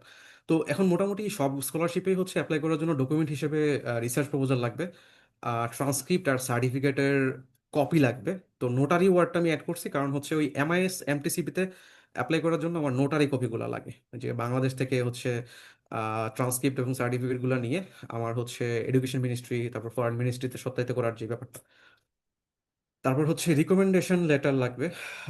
IELTS score আসলে না থাকলেও হয়, কারণ এখানে ইউনিভার্সিটিতে অ্যাডমিশন পাইতে আইএলটিএসটা ম্যান্ডেটরি না। বাট আইএলটিএস তারা বলে সেক্ষেত্রে আসলে 6+ নোবেন লেস দেন 6 হওয়াটা উচিত, আই মিন থাকলে ভালো। তারপর রিসার্চ পেপার মালয়েশিয়াতে বেশ ভালো একটা আই মিন ভালো একটা থিং। সব জায়গায় মোটামুটি রিসার্চ পেপার থাকলে এটাকে খুব বেশি প্রাধান্য দেয়। সিফাত কি এখানে কিছু অ্যাড করবা? হ্যালো। না, আমার আসলে এখানে কিছু অ্যাড করার নেই। আমার মনে হয় তুমি ম্যাক্সিমাম জিনিসই কভার করছো। So, ওকে, ফাইন। okay. আচ্ছা, তো আহ, গেল যে পপুলার স্কলারশিপ গুলা। তো এখন আমি হচ্ছে স্কলারশিপ পাইলাম, সাপোজ অ্যাপ্লাই করলাম, অফার লেটার পাইলাম, ইউনিভার্সিটিতে অ্যাপ্লাই করলাম, এখন লাগবে স্টুডেন্ট ভিসা। তো এখানকার স্টুডেন্ট ভিসা হচ্ছে it's like not I mean সব দেশেরই একটা আলাদা রুলস থাকে। এখানেরও কিছু রুলস আছে। এখানে হচ্ছে দুইটা ক্রাইটেরিয়া আগে ফিল আপ করতে হয়: ভিসা অ্যাপ্রুভাল লেটার, তারপরে হচ্ছে সিঙ্গেল এন্ট্রি ভিসা। তো এখানকার হচ্ছে ভিসা অ্যাপ্রুভাল লেটারটাকে অনেকে ইএমজিএস প্রসেস বলে। তো এটা হচ্ছে এখানকার একটা সেন্ট্রাল এডুকেশন সিস্টেম। মানে আমি যে কোনো ইউনিভার্সিটিতে ভর্তি হই না কেন, পুরো মালয়েশিয়াতে একটা সেন্ট্রাল একটা সিস্টেম থাকে। ওই সিস্টেমের মাধ্যমে হচ্ছে আমাকে ওই ইউনিভার্সিটিতে এন্ট্রি নিতে হয়। তো এটা ব্যাচেলর, মাস্টার্স, পিএইচডি সবার জন্যই সেম। ওটাকে ইএমজিএস প্রসেসটা বলে। ইএমজিএস ইএমজিএস প্রসেস বলে। তো ইএমজিএস এ অ্যাপ্লাই করতে আমার পাসপোর্ট সাইজ ফটো লাগবে, ফুল পাসপোর্টের স্ক্যান কপি লাগবে, অফার লেটার লাগবে ইউনিভার্সিটির, health declaration form, academic transcript certificate, personal bond, যদি কেউ জব করতে থাকতো তাহলে তার হচ্ছে এনওসি, আর ইংলিশ ল্যাঙ্গুয়েজ লাগে। So more likely medium of instruction দিয়ে হয়ে যায়, আইএলটিএস থাকলে ভালো। তো তারপরে হচ্ছে সিঙ্গেল এন্ট্রি ভিসা দিয়ে আমরা সিঙ্গেল এন্ট্রি ভিসা নিব, এবং হচ্ছে মালয়েশিয়াতে এসে স্টে করার 1 মাস পরে হচ্ছে আমাকে হচ্ছে স্টুডেন্ট ভিসা দেওয়া হয়। ওই 1 মাসে হচ্ছে পাসপোর্টটা থাকবে হচ্ছে ইএমজিএস অফিসে। তো ওই 1 সপ্তাহ আসলে মুভ করা যায় না কোথাও। সরি, 1 মাস, 1 মাস মুভ করা যায় না কোথাও। আর এখানকার যতগুলো পেমেন্ট আছে সবগুলো হচ্ছে মালয়েশিয়ান রিঙ্গিতে পে করতে হয়। তো এটা একটা আই মিন হ্যাসেল। তো যার জন্য এটা স্পেসিফিকলি অ্যাড করা যে পেমেন্ট ইন মালয়েশিয়ান রিঙ্গিত।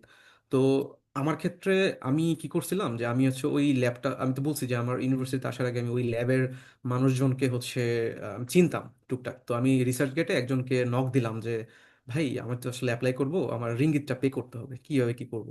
তো আমি তার হচ্ছে কার্ড দিয়ে পে করে দিছিলাম, এবং তাকে বাংলাদেশি টাকায় ওই টাকাটা কনভার্ট করে তার অ্যাকাউন্টে আমি পাঠিয়ে দিছিলাম।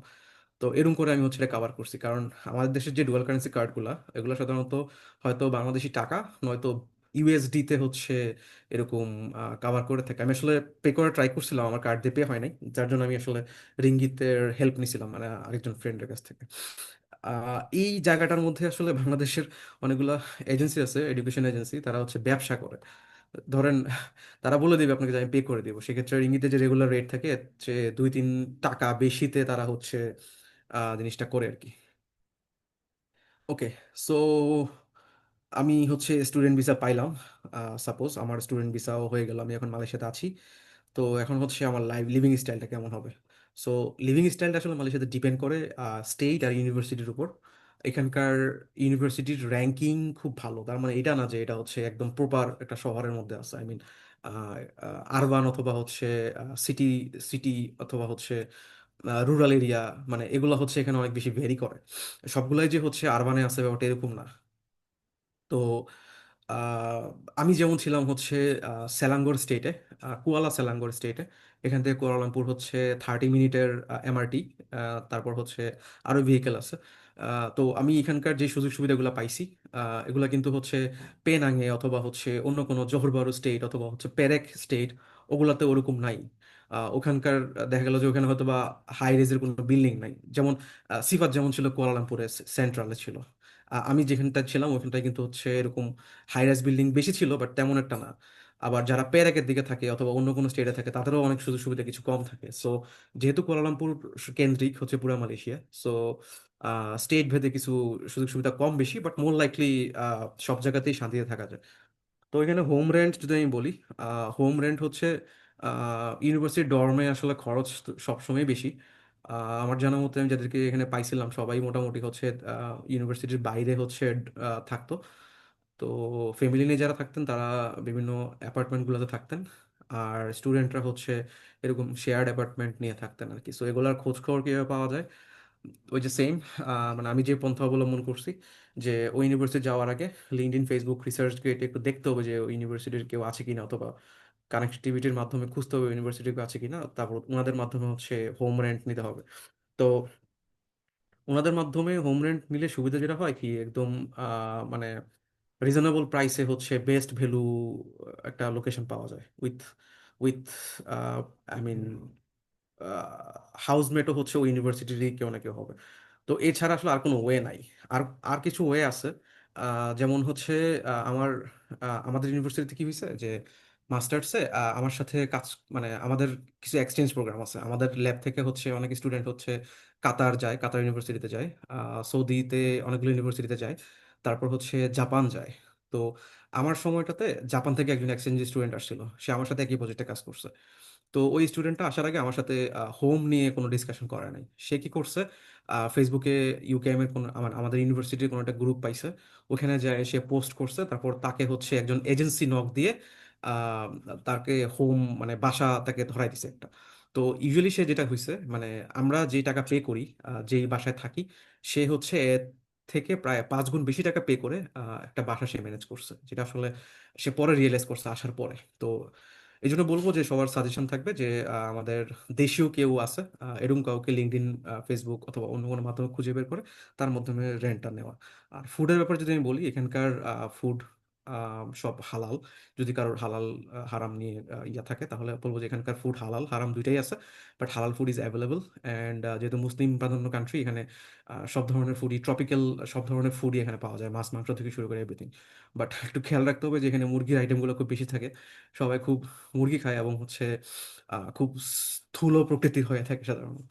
সো এটা একটু ব্যালেন্স করে চলতে হবে। আর এখানকার ফুডের যদি আমি প্রাইসিং বলি, ইটস রিজনেবল, কোয়াইট রিজনেবল। বাসায় রান্না করে খেতে পারলে বেস্ট বেস্ট। বাইরে খাইলেও যে খুব বেশি একটা খরচ হবে ব্যাপারটা এরকম না। It's overall worth it.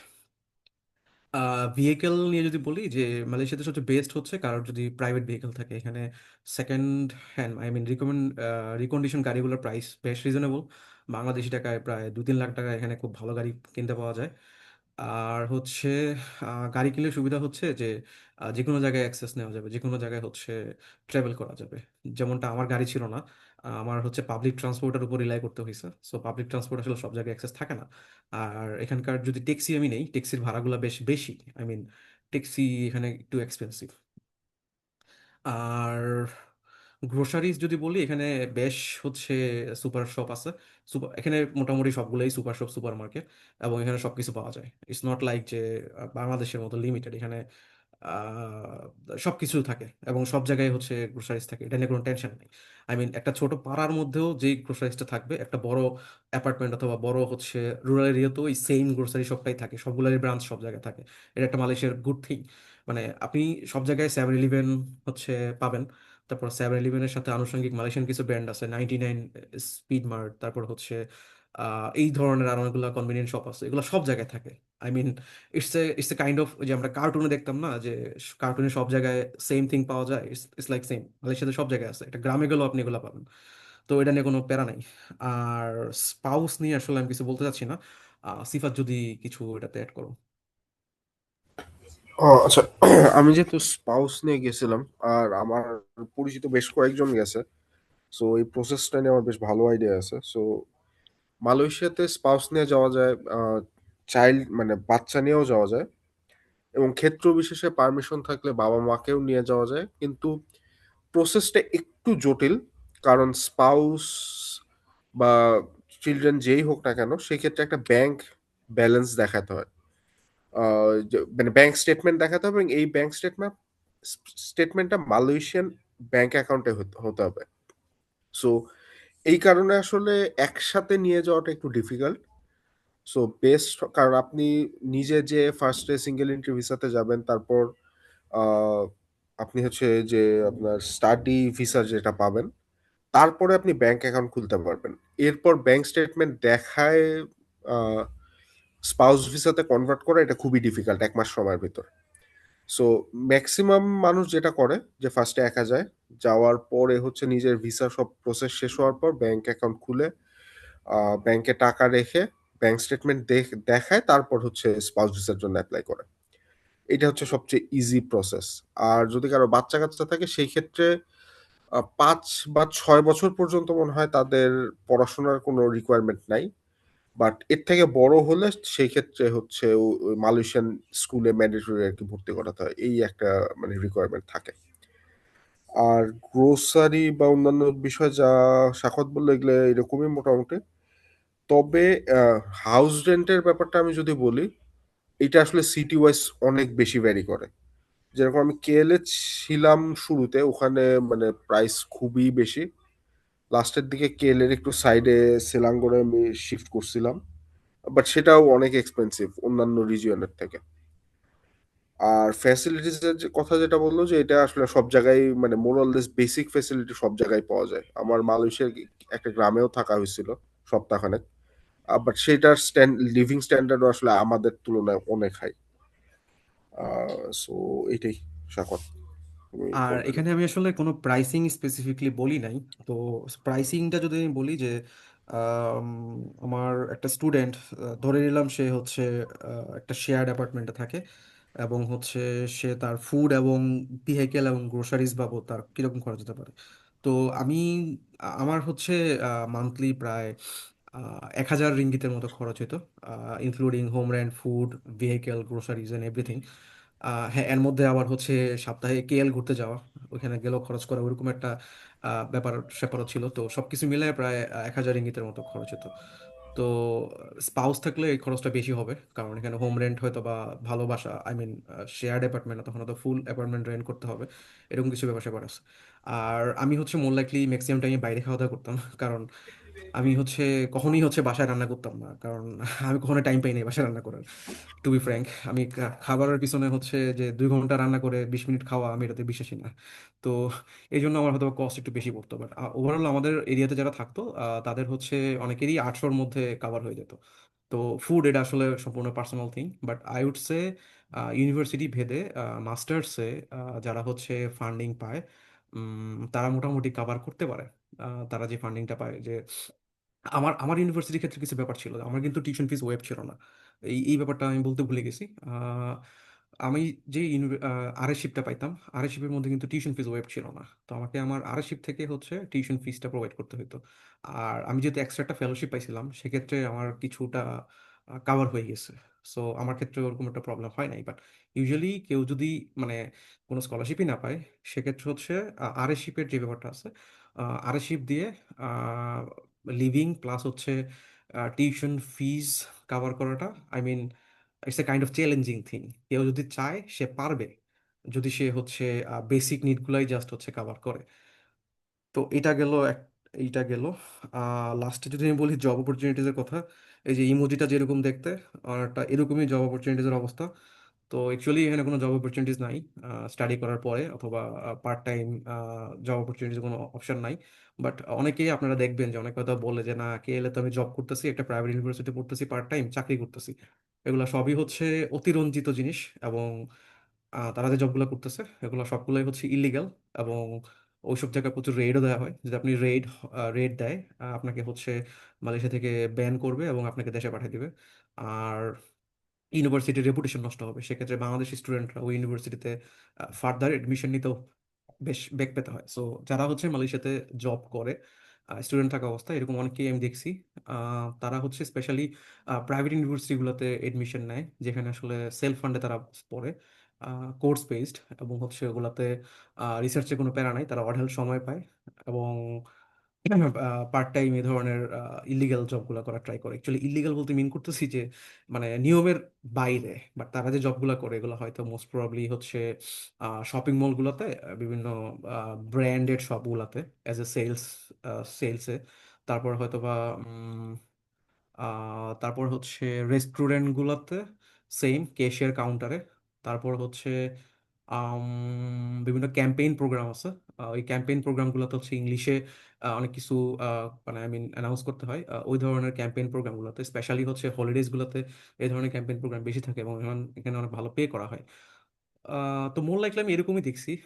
এর বাইরে আসলে অন্য কোনো পজিশনে কেউ জব করে কিনা এটা নিয়ে আসলে আমার তেমন একটা আইডিয়া নাই। এটা গেল একটা জিনিস। আর জবের একটা অপরচুনিটি আছে।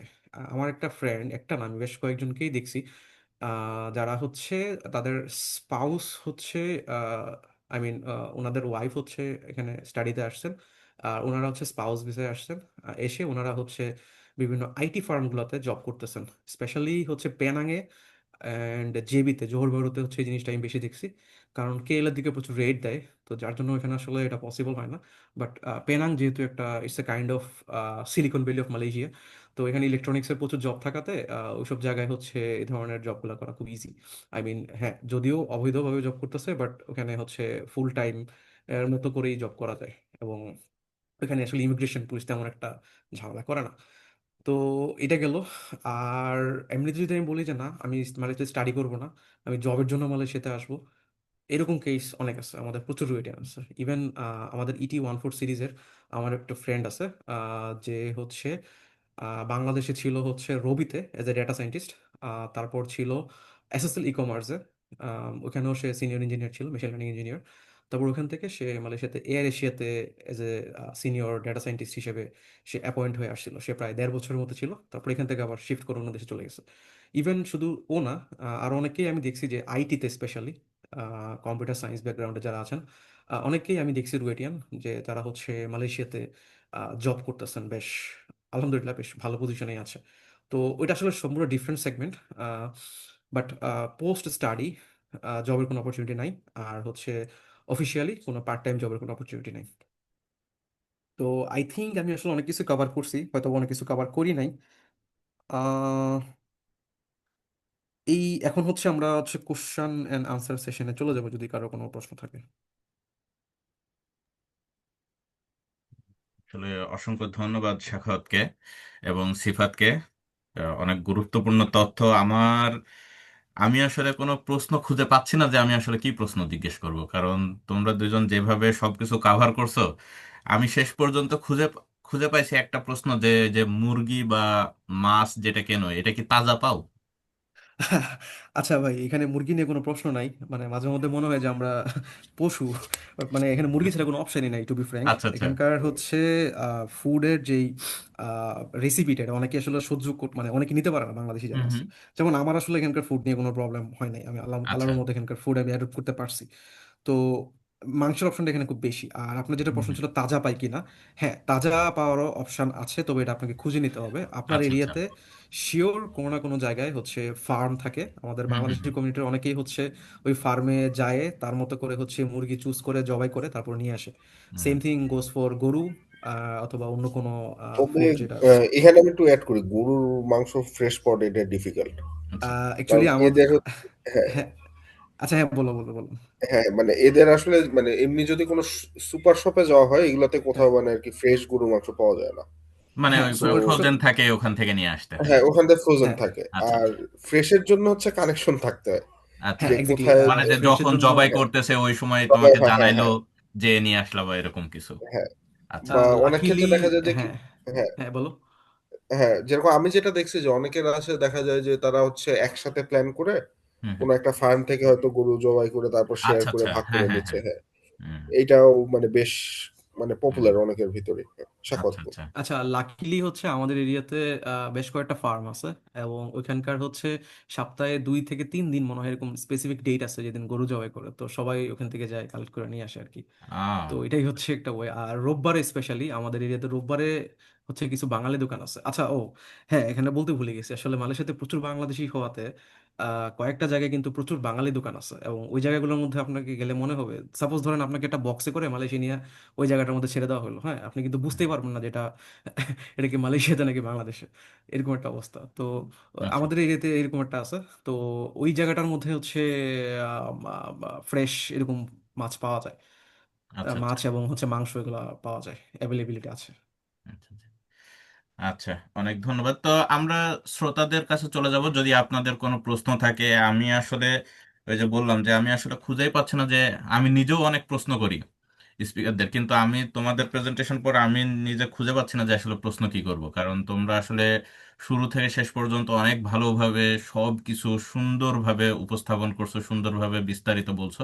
এর পরবর্তীতেও যদি কারো কোনো প্রশ্ন থেকে থাকে আপনারা হ্যান্ড রেজ করতে পারেন বা চ্যাটে লিখতে পারেন। আমরা প্রশ্নোত্তর শেষ করে তারপর আমরা শেষের দিকে যাবো ইনশাল্লাহ। তো আমি দেখতে পাচ্ছি যে তাসিন ভাই, ইনি মেকানিক্যাল 15 সিরিজের, ওনার প্রশ্ন আছে। আপনি আনমিউট করে প্রশ্ন জিজ্ঞেস করতে পারেন। জি, আসসালামু আলাইকুম ভাই। আমার নাম তাহসিন, আমি রুয়েট মেকানিক্যাল 15 সিরিজ। তো ওয়ালাইকুম আমার আসসালাম। একটা ছোট্ট প্রশ্ন ছিল। এটা হলো যে আপনি যেটা বললেন যে মালয়েশিয়াতে মেইন ট্র্যাকটাই হচ্ছে আসলে স্টাডির, এখানে হ্যাঁ। সবাই স্টাডির জন্যই যায় এবং পরবর্তীতে অন্য কান্ট্রিতে মুভ করে। বাট জি। এমন কি কোনো এক্সাম্পল আপনার জানা আছে, বা এরকম যে ওইখান থেকে মনে করেন যে গ্রাজুয়েশন করে নিজের সাবজেক্টেই ভালো জব করতেছে, বা এরকম এক্সাম্পল কি আছে আপনার জানা মতে? বা এগুলা কি সম্ভব কিনা, আর সম্ভব হইলেও সেই প্রসেসটা কি আসলে? থ্যাংক ইউ ভাই। আচ্ছা, ওকে। তো অ্যাকচুয়ালি আমি নিজেই চেষ্টা করছিলাম যে মালয়েশিয়াতে আমার ট্র্যাকেই হচ্ছে জব করার। তো আমি আসলে ট্রাই করছিলাম মালয়েশিয়াতে যাওয়ার পরপরই। তো তখন একটা জায়গা থেকে আমি অফার পাই, বাট আমি তখন সাহস পাই না ওটাতে করার কারণ হচ্ছে আহ, যেহেতু মাত্র মালয়েশিয়াতে অ্যারাইভ হয়েছি, এবং এট দ্য সেম টাইম আমি ওখানকার কোনো কিছু জানি না। আর ওই জবটা হচ্ছে মানে সঠিক নাকি ফেক এটাও আমি আসলে প্রপারলি যাচাই করতে পারিনি, বাট অ্যাট দ্য এন্ড পরে বুঝতে পারছিলাম এটা আসলে সঠিকই ছিল। তো আমার মতে হচ্ছে আমি যাদেরকে দেখছি মালয়েশিয়াতে হচ্ছে স্টাডি করে ম্যাক্সিমামই হচ্ছে অন্য দেশে চলে যায়, হ্যাঁ, এটা হচ্ছে সত্য। বাট স্টাডি করে জব করছে আহ, এরকম মানুষও কিন্তু আছে। তবে সেক্ষেত্রে হচ্ছে ডোমেনটা হচ্ছে ওই specific IT domain, computer science অথবা ইনফরমেশন টেকনোলজি, ওই ডোমেনের মানুষজনই শুধু এখানে জব পাইতে দেখছি আমি। আমাদের যেমন আমি যেমন হচ্ছে ইলেকট্রিক্যাল সিস্টেম ইঞ্জিনিয়ারিং অথবা মাইক্রোওয়েভ অথবা অ্যান্টেনা ইঞ্জিনিয়ারিং, এই ফিল্ডের কাউকে আমি আসলে ওরকম করে পাই নাই যা হচ্ছে আফটার স্টাডি জব করছে। বাট কিছু কিছু এক্সেপশন তো আছেই, যেমন আমি যে ইউনিভার্সিটি ছিলাম ওখানে পিএইচডিতে একটা ভাই ছিলেন, উনিও ইলেকট্রিক্যালে পিএইচডি করতেছিলেন, বাট উনি ছিলেন স্পেসিফিকলি স্পেস সিস্টেম ডিজাইন নিয়ে। তো উনি হচ্ছে এই পড়াশোনার মাঝখানে ওনার থার্ড কি ফোর্থ সেমিস্টারে উনি হচ্ছে তার্কির একটা অ্যারোস্পেস কোম্পানি আছে, ওই কোম্পানিতে সিস্টেম ডিজাইন হিসেবে উনি একটা জব পায়। উনি পুত্রজায়াতে পরে শিফট করে, এবং হচ্ছে উনি মনে হয় ইউকেএম এর হচ্ছে স্টাডিটাকে পার্ট টাইমে কনভার্ট করে ফেলে, মানে পার্ট টাইম পিএইচডি নিয়ে নেয় আর ওখানে ফুল টাইম জবে চলে যায়। তো যেহেতু দুই একটা এক্সাম্পল আমি দেখছি, তার মানে হয়তোবা ইটস পসিবল। আই মিন হয়তোবা tough, but it's possible, not impossible. আচ্ছা, আর এই ক্ষেত্রে এমনিতে মনে করো কেউ যদি চাকরি খুঁজতে চায়, মানে যেটা তুমিও করছো, মানে চাকরি খোঁজার মাধ্যমগুলো কি হতে পারে? আচ্ছা ভাইয়া, এখানে হচ্ছে যে আমি যেটা করছিলাম যে আমাদের মাইক্রোওয়েভ ডোমেইনে বেশ ভালো ভালো কোম্পানি আছে মালয়েশিয়াতে। হুম হুম এটা হচ্ছে সাউথ ইস্ট এশিয়ার মধ্যে আমি বলবো যে it's a kind of good thing for hmm Malaysia. Hmm. তো আমি ওইগুলোতে হচ্ছে মেইল করতাম তাদেরকে, তাদের যেই এমপ্লয়াররা আছে লিঙ্কডইনে, আমি তাদেরকে নক দিতাম যে আমি যদি মালয়েশিয়াতে মাস্টার্স কমপ্লিট করি তাহলে আপনাদের এখানে কিভাবে আসতে পারবো। তো আচ্ছা আচ্ছা। বেশ কয়েকজনের সাথে কথা বলা হয়েছে। তো তারা যেটা বললো যে তুমি হয়তোবা যদি তোমার পাস অ্যালাউ করে তাহলে তুমি এখানে হচ্ছে ডিগ্রি কমপ্লিট করার পরে তুমি এখানে ইন্টার্ন করতে হবে ফার্স্টে, 6 মাস। পাস অ্যালাউ করে বলতে? পাস কি জিনিস? পাস অ্যালাউ করে বলতে হচ্ছে আমাদের বাংলাদেশিদের জন্য মালয়েশিয়াতে পড়াশোনা করার পর স্টে করা যায় না। আচ্ছা আচ্ছা। অন্য দেশের স্টুডেন্টদের জন্য 1 বছর, হুম দেড় হুম হুম। 2 বছর এরকম একটা পাস তাদেরকে প্রোভাইড করে। ও তো আচ্ছা আচ্ছা। আমাদের কিন্তু অ্যাকচুয়ালি প্রোভাইড করে না। তো সেক্ষেত্রে অনেকে যেটা করে, যেমন আমিও যেটা করছি, আমার হচ্ছে স্টাডি পিরিয়ড 3 বছর, হুম বাট হুম। আমার মাস্টার্স কমপ্লিট হয়ে গেছে 2 বছরে। তো আমি তাও হচ্ছে এক্সট্রা 1 বছরের একটা ভিসা রিনিউ করে রাখছি। আচ্ছা তো নিয়মটা হচ্ছে কি, মালয়েশিয়াতে স্টুডেন্টদের যদি হচ্ছে স্টাডি শেষ হয়ে যায়, তার মাস্ট বি ভিসা ক্যান্সেল করে আসতে হয়। নাইদার আচ্ছা পরে একটা পেনাল্টি হয়, প্লাস ওই যে শুরুতে বলছিলাম যে ইউনিভার্সিটিতে এডমিশনের সময় একটা বন্ডের একটা অ্যামাউন্ট আছে, ওই টাকাটা ফেরত দেয় না। তো আচ্ছা। আমি যেটা করছি যে আমি 1 বছরের ভিসা রিনিউ করে আসছি। আমি হচ্ছে এখন, মানে এটা আসলে হ্যাঁ, ভিসা রিনিউ করে আসছি। তো অনেকে যেটা করে এরকম ভিসা রিনিউ করে তারপরে হচ্ছে এরকম জবগুলা খুঁজতে থাকে। যদি কোথাও এরকম হচ্ছে আপনার ইন্টার্নশিপের অফারটা পায়, তারা হয়তো বা ওই স্টুডেন্ট ভিসাতে ইন্টার্নশিপটা করে। কারণ মালয়েশিয়ার যে ভিসা ক্যাটাগরিগুলো এগুলো খুবই স্ট্রিক্ট, মানে আমি স্টুডেন্ট ভিসায় কখনোই জব করতে পারবো না। আবার জব আচ্ছা। বিষয়ে আসলেও হচ্ছে নির্দিষ্ট একটা অ্যামাউন্টের বেশি টাকা অফার করলে পরে আমি বাংলাদেশ থেকে জবের জন্য অ্যাপ্লাই করতে পারবো। তো হুম। আমি হচ্ছে মাস্টার্স ছাড়াও ব্যাচেলর যারা করে, আপনারা হয়তো বা জানেন যে মালয়েশিয়াতে প্রচুর স্টুডেন্টরা ব্যাচেলর করে। তো ইউটিএম, ইউনিভার্সিটি টেকনোলজি মালয়েশিয়া, যেটাকে অনেকে হচ্ছে পিওর একটা ইঞ্জিনিয়ারিং ইউনিভার্সিটি হিসেবে কাউন্ট করে, তো তাদের বেশ কয়েকজন স্টুডেন্ট আমি দেখছি যে তারা হচ্ছে ব্যাচেলর পরে মালয়েশিয়াতে জব পাইছে। বাট শুরুতে আচ্ছা। তাদেরকে ইন্টার্ন করতে হয়। ইন্টার্ন করার পরে যদি তার পারফরমেন্স ঠিকঠাক থাকে তাহলে তাকে হচ্ছে ফুল টাইম জবে হচ্ছে নেয় আর কি। বাট এটা মোস্টলি আমি কম্পিউটার সায়েন্স আর আইটি ট্র্যাকে দেখছি, এর বাইরে হুম অন্য হুম। কোনো ট্র্যাকে তেমন একটা এক্সাম্পল আমি পাই নাই। আচ্ছা আচ্ছা। তো মাস্টার্স চাকরির ক্ষেত্রে ওখানে ভাষার দিকটা কেমন প্রয়োজন হয়?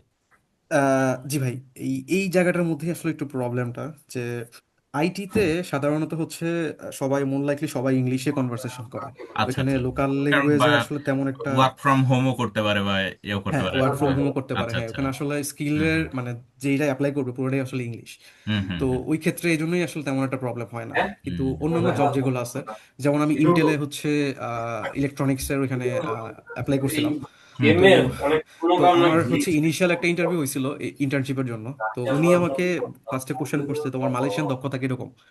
তো আমি বললাম যে অ্যাকচুয়ালি আমাদের বেসিক যে কোর্সটা আছে আমি জাস্ট ওটাই কমপ্লিট করছি, এর বাইরে হচ্ছে টুকটাক কমিউনিকেশনে আনসার দিতে পারি, but it's not like conversational এরকম কিছু না। তো তো তখন হচ্ছে মানে এরপরে আর আমি আসলে ডাক পাই নাই, প্লাস আমি নিজেও দেশে চলে আসছি আচ্ছা। For some reason. তো তো এরপরে হচ্ছে আমি আর তেমন একটা ডিগ ইন করি নাই। বাট ওখানে আচ্ছা। জব করতেছে, আমি মানুষজনকে দেখছি অনেকেই জব করে আসলে। হুম। আচ্ছা। তো আমাদের আচ্ছা, এই না ভাই, একটা জিনিস আমি একটু অ্যাড করতে চাই। ওই হ্যাঁ হ্যাঁ। মানে কেউ যদি স্টুডেন্ট ভিসা থেকে এমপ্লয়মেন্ট ভিসা পায়ও, সেই ক্ষেত্রে যেটা আসলে করতে হয় যে তাকে মালয়েশিয়া লিভ করতে হয়, আচ্ছা। তারপর এমপ্লয়মেন্ট ভিসা নিয়ে হচ্ছে এন্ট্রি নিতে আবার হয়, আবার ঢুকতে হবে, আচ্ছা আবার আচ্ছা। আবার ঢুকতে হয়। এইটা আচ্ছা আর কি কাইন্ড অফ ম্যান্ডেটরি। আচ্ছা আচ্ছা।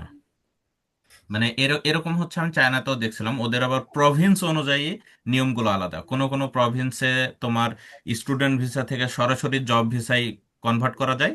আবার কোনো কোনো প্রভিন্সের রুলস আছে যে তুমি চাকরি পাইলা, সবকিছু ঠিকঠাক করলা, এরপরে অ্যাপয়েন্টমেন্ট লেটার নিয়ে দেশে চলে যাও, ওখান থেকে ভিসা নিয়ে আবার এন্ট্রি করো।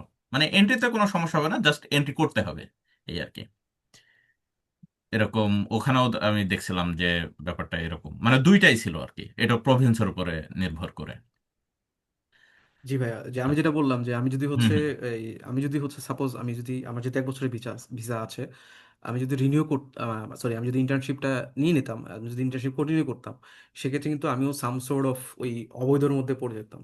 আচ্ছা আচ্ছা। মানে কারণ এটা তো কোনো সঠিক কোনো নিয়ম নাই। হুম হুম তো হুম। এখন যদি সামহাও সে দেখতো যে আচ্ছা তুমি তো স্টাডি ভিসায় আছো, বাট তুমি তো এখানে জব করতেছো, তারা যদি এরকম করে আচ্ছা আচ্ছা। তারা চাইলে আমাকে ডিপোর্ট করতে পারে, সামথিং লাইক দিস। আচ্ছা, বুঝতে পারছি। আচ্ছা, আমাদের প্রশ্ন আসছে যে রিসার্চ বেসড মাস্টার্সে কারিকুলাম অ্যান্ড একাডেমিক স্কেজুল কেমন হয়, প্রেশার কি খুব হাই থাকে কিনা? আচ্ছা, রিসার্চ বেসড মাস্টার্সে কারিকুলামটা হচ্ছে স্পেশালি 2টা কোর্স থাকে ম্যান্ডেটরি, এই রিসার্চ মেথোডোলজি এবং হচ্ছে বাহাসা মালায়া মানে মালয়েশিয়ান ল্যাঙ্গুয়েজ কোর্স। এগুলো হচ্ছে মোর লাইকলি সবগুলা ইউনিভার্সিটি রিসার্চ বেসড কারিকুলামই সেম, এই 2টা কোর্স থাকবে। আর বাদবাকি পুরোটাই থাকবে হচ্ছে তার থিসিস, থিসিসের যেই টপিকটা থাকে ওটার উপর হচ্ছে lab work, experiment and then publication, এগুলা থাকতে হবে। আর একাডেমিক স্কেজুল কেমন হয়, আমি যদি আহ, ভুল না হয়ে থাকি, একাডেমিক স্কেজুল বলতে আমি ধরে নিচ্ছি এটা হচ্ছে ল্যাবের অ্যাটেন্ডেন্স। আমি আরএ হিসেবে আমার ল্যাবের যেই টাইমিংটা মেনটেন করতে হয়, ওটা হচ্ছে স্পেশালি সকাল 8টা থেকে বিকাল 5টা। তো এখন এটা বিভিন্ন ল্যাব ভেদে এটা হয়তো বা ডিফারেন্ট হইতে পারে। যেমন আমাদের যেমন হচ্ছে ফিজিক্যাল হার্ডওয়্যার ডেভেলপমেন্ট করতে হইতো, এমবেডেড সিস্টেমসের কিছু কাজ ছিল, তারপর সেন্সর ডেভেলপমেন্টের কাজ ছিল। তো আমরা ল্যাবের টাইমটা আসলে মূলত কি ফ্লেক্সিবল। হ্যাঁ, আমাদের যখন কাজ থাকতো তখন ল্যাবে যেতাম, হয়তোবা বাসা থেকেও আমরা মেনুস্ক্রিপ্ট যখন ড্রাফট করতাম তখন হয়তো ল্যাবে যেতাম না, বাসা থেকে ড্রাফট করতাম এরকম। তো প্রেশারটা কি খুব কম না বেশি এটা আসলে ডিপেন্ড করতেছে কে কোন ল্যাবে যাচ্ছে, ওই ল্যাবের হচ্ছে তার আহ, যে ক্রাইটেরিয়াটা আছে ওইটা কিরকম। যেমন আমাদের ক্ষেত্রে হচ্ছে আমাদের ল্যাবে আমরা হচ্ছে আর রিসার্চের একটা প্রজেক্ট সাপোজ অ্যাসাইন করা থাকতো। তো আমরা ওইটার অবজেক্টিভ অনুযায়ী হচ্ছে একটা একটা করে টাস্ক কমপ্লিট করতাম এবং ওইটার হচ্ছে মেনুস্ক্রিপ্ট প্রিপেয়ার করে মেনুস্ক্রিপ্ট সাবমিট করতাম। তো এরকম মোর লাইকলি রিসার্চ বেস যতগুলো ল্যাব আছে সব ল্যাবেই মোটামুটি সবার এরকম একটা পাবলিকেশন ক্রাইটেরিয়া থাকে। তো আমি আহ, যদি ওটা তুলনা করি যে প্রেশার আসলে এটার আসলে কোনো আনসার নাই। প্রেশার কম হইতে পারে, বেশি হইতে পারে। It depends on the lab আর হচ্ছে তোমার কি পরিমাণ তোমার উপর ক্রাইটেরিয়া দেওয়া হয়েছে ওটার উপর। আর হচ্ছে আচ্ছা। হ্যাঁ এটা। আর সেকেন্ড ভাই আরেকটা প্রশ্ন আমি পাইছি যে ভাই আসসালামু আলাইকুম, সিজিপিএ 2.93 নিয়ে সম্প্রতি গ্রাজুয়েট করলাম, এই প্রোফাইল নিয়ে কোনো জব এক্সপিরিয়েন্স ছাড়া কোথাও এডমিশন সম্ভব কিনা। আচ্ছা, ওয়ালাইকুম আসসালাম রাফি। এখানে হচ্ছে যেটা হয়েছে যে আহ, আমি যে ইউনিভার্সিটিতে আসছি ওইখানে হচ্ছে 3-এর নিচে সিজিপিএ হইলে আহ, কি বলে যে জব এক্সপিরিয়েন্স দিয়ে এখানে এডমিশনের একটা অফার ছিল, আই মিন এরকম একটা অপশন ছিল। তো এই অপশনটা হয়তো বা মালয়েশিয়ার অন্য ইউনিভার্সিটিগুলোতেও থাকতে পারে। তুমি একটু যদি হচ্ছে ইউনিভার্সিটিগুলো আগে সিলেক্ট করে ওগুলোর ওয়েবসাইটে যাও, ওইখান থেকে তোমাকে একটু দেখতে হবে যে তাদের এডমিশন রিকোয়ারমেন্টের মধ্যে লোয়েস্ট সিজিপিএটা কত দেওয়া আছে। আমার জানা মতে হচ্ছে আমি অনেককেই দেখছি লো সিজিপিএ এবং জব এক্সপিরিয়েন্স নাই, তাদের এডমিশন হয়েছে। সেক্ষেত্রে ওটা হয়তোবা ওই যে প্রথম 5টা ইউনিভার্সিটি বলছি এটা হয়তোবা নাও হইতে পারে, কিন্তু অন্যান্য ইউনিভার্সিটিতে পসিবল। তো আমি বলবো যে তুমি ফার্স্টে সার্চ করো মেকানিক্যাল ইঞ্জিনিয়ারিং এর জন্য হচ্ছে মালয়েশিয়ার কয়েকটা ইউনিভার্সিটি লিস্ট করো, তাদের ওয়েবসাইটে যাও। সেক্ষেত্রে তুমি হয়তো বা একটা অপশন পাইতে পারো। তো তোমার আনসারটা হচ্ছে আনসারটা না নেগেটিভ না, কিন্তু তোমাকে একটু দেখতে হবে, এটা ইনশাল্লাহ এটা পজিটিভই হবে, কারণ আমি যেহেতু এই ধরনের কেস দেখছি। আচ্ছা, সন্দীপ কুমার সরকার, in search in research based masters, is there any specific number of publication that I need to do during the degree? Actually এটার আনসার হচ্ছে সেম, ল্যাবের উপর ডিপেন্ড করতেছে। ল্যাব তোমাকে কি পরিমাণ হচ্ছে আই মিন তোমাকে রিকোয়ারমেন্ট দিছে ডিগ্রি কমপ্লিট করার জন্য, ওইটার উপর তুমি হচ্ছে কাজ করবে আর কি। আর এমনিতে ইউনিভার্সিটি রিকোয়ারমেন্ট অনুযায়ী হয়তো বা 1টা কি 2টা পাবলিকেশন থাকবে, বাট বাকিটা হচ্ছে তোমার ল্যাবের উপর। কারণ তুমি যেহেতু প্রফেসরের ফান্ডিং এ, তুমি যদি আরএতে যাও, আই মিন যদি তুমি যদি আরএ শিপ হও, তার মানে অবভিয়াসলি তোমার ফান্ডিংটা প্রফেসর করবে তার প্রফেসরের ফান্ডিং থেকে। তো সেক্ষেত্রে প্রফেসরের যেই তোমাকে অবজেক্টিভ দেওয়া থাকবে ওটা ফিল আপ করতে হবে মাস্ট বি, কারণ তুমি ওনার হয়ে কাজ করতেছো। তো সেক্ষেত্রে তোমাকে হয়তো পাবলিকেশন নাম্বারটা একটু বেশি থাকতে পারে। ওটা কোনো স্পেসিফিক নাম্বার আমি মেনশন করতেছি না, কারণ এটা আসলে ল্যাব টু ল্যাব ভেরি করে। আর রিসার্চ বেসড, যেহেতু রিসার্চ বেসড মাস্টার্সই বলছো, তার মানে হচ্ছে তোমার নাম্বার অফ পাবলিকেশন 2-এর অধিক হবে, এটা খুবই কমন, এরকম ধরে রাখতে পারো। আর অন্য কোনো মাস্টার্স যদি হয়তো মিক্সড মোড অথবা রিসার্চ বেসডে তুমি আসছো কিন্তু তুমি কোনো স্কলারশিপ অথবা ফেলোশিপ পাইছো, যেখানে হয়তো প্রফেসর ফান্ডিং থেকে তোমার কোনো ফান্ডিং নিতে হচ্ছে না, সেক্ষেত্রে হয়তো বা তোমার রিকোয়ারমেন্ট কিছু কম থাকবে। আর can I cover spouse expenses with stipend after bringing, এটার আনসারটা হচ্ছে তুমি যে ইউনিভার্সিটিতে আসতেছো, তুমি যদি এক্সটার্নাল কোনো হচ্ছে ফেলোশিপ পাও, এবং যদি তোমার টিউশন ফিস ওয়েব থাকে, সেক্ষেত্রে এটা পসিবল। বাট যদি তুমি দেখো যে তোমার আরএসিপ অ্যামাউন্টটা আছে এবং এট দ্য সেম টাইম তোমার যদি টিউশন ফিস দিতে হয়, তখন কিন্তু এটা একটু টাফ হয়ে যাবে। বাট অনেকেই আমি দেখছি যে এরকম ওর্স সিচুয়েশনেও কিন্তু তাদের স্পাউস আসছে, এরকম টাইমে দেখছি। এটা গেল একটা জিনিস। আচ্ছা, উম, ওটার মনে হয় আচ্ছা, উত্তর সিফাত একটু সিফাত, অ্যাড হ্যাঁ সিফাতও অ্যাড করছে। অ্যাকচুয়ালি আনসারটা দিছে। হ্যাঁ। মেকানিক্যালের ব্যাকগ্রাউন্ড থেকে জব এক্সপিরিয়েন্স নিয়ে কি মালয়েশিয়াতে এমপ্লয়ি হিসেবে যাওয়া যাবে? অ্যাকচুয়ালি টু বি ফ্র্যাঙ্ক, আমি আসলে ইলেকট্রিক্যাল অ্যান্ড কম্পিউটার ইঞ্জিনিয়ারিং ব্যাকগ্রাউন্ডের। সো মেকানিক্যাল ইঞ্জিনিয়ারিং আসলে ওরকম কাউকে আমি মালয়েশিয়ায় দেখি নাই। আমি যাদেরকে দেখছি যে আমাদের 10 একটা ভাই ছিলেন, উনিও সফটওয়্যারে ছিলেন মালয়েশিয়াতে। তো আমার আশেপাশে যারা ছিলেন সবাইকে আমি telecommunication, either telecommunication either software নয়তো ইলেকট্রনিক, স্পেশালি ভিএলএসআই, মানে এইসব ফিল্ডে আমি আসলে বেশি মানুষজন দেখছি। সো আমি বলবো যে ভাই আপনি যদি হচ্ছে একটু লিঙ্কডইনে সার্চ করেন, সেক্ষেত্রে হয়তো বা আপনি আহ, আপনার মতো করে হচ্ছে সার্চ করলে আপনি হয়তো পেতে পারেন। কারণ মালয়েশিয়াতে যেহেতু গ্রোয়িং কিছু ইন্ডাস্ট্রিজ আছে, এর মধ্যে obviously additive manufacturing and mechanical আছে। সো আপনি হয়তো পেতে পারেন, বাট আমার ক্ষেত্রে আমি এখন পর্যন্ত কাউকে দেখিনি এরকম।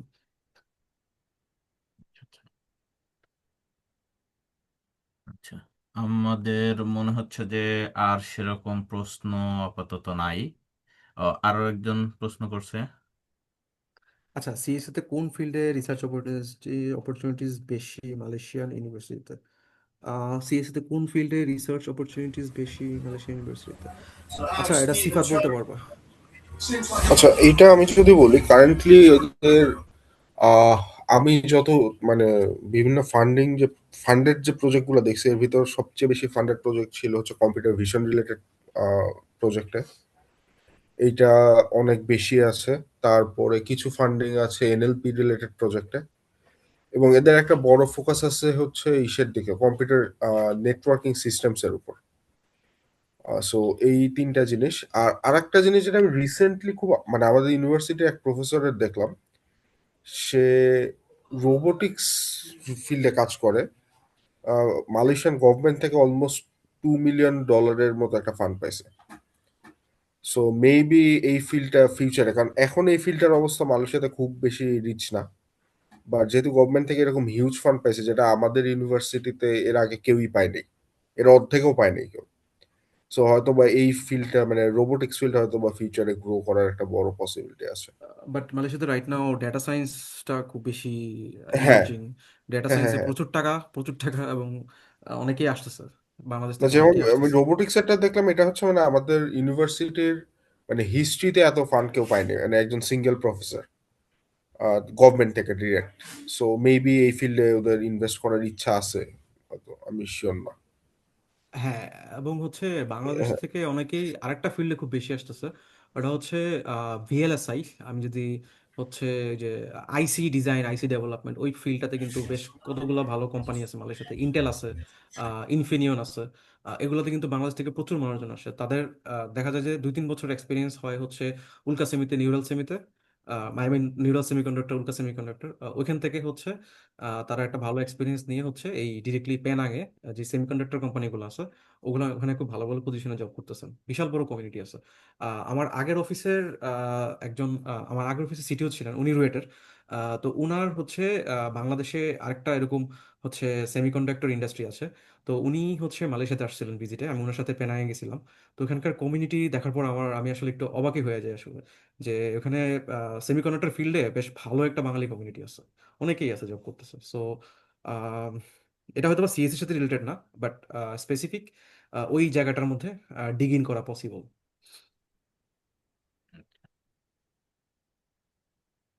আচ্ছা, আর একটা প্রশ্ন আসছে যে রিনিউয়েবল এনার্জি বা ইভি ফিল্ডে কেমন অপরচুনিটি আছে?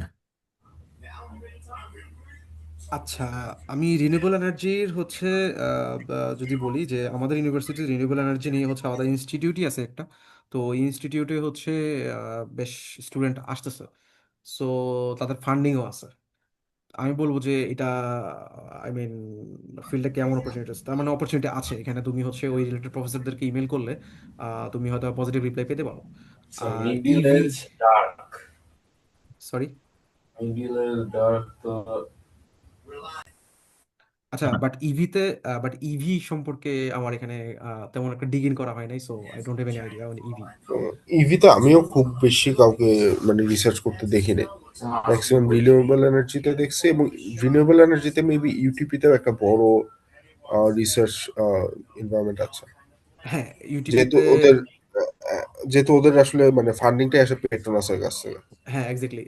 ও, আরেকটা জিনিস বলতাম যে আসলে আমাদের রুয়েটেনদের মধ্যে একটা মেজর অংশ কিন্তু ইউটিপিতে মাস্টার্স করছে, এরকম অনেকে আমি পাইছি, স্টিল নাম আছে।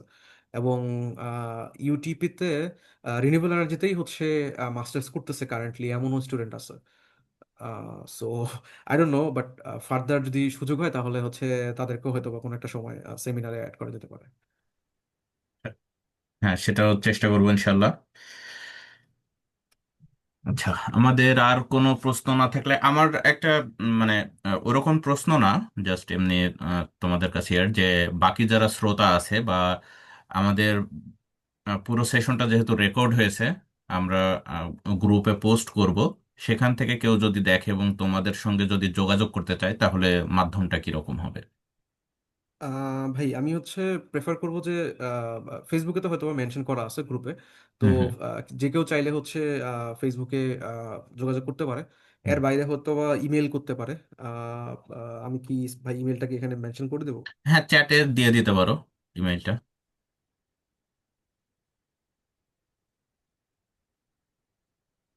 আমি হচ্ছে চাইলে আমার এই ইমেলটাতে হচ্ছে কেউ চাইলে যোগাযোগ করতে পারে ফার্দার এনি কোয়ারিজের জন্য।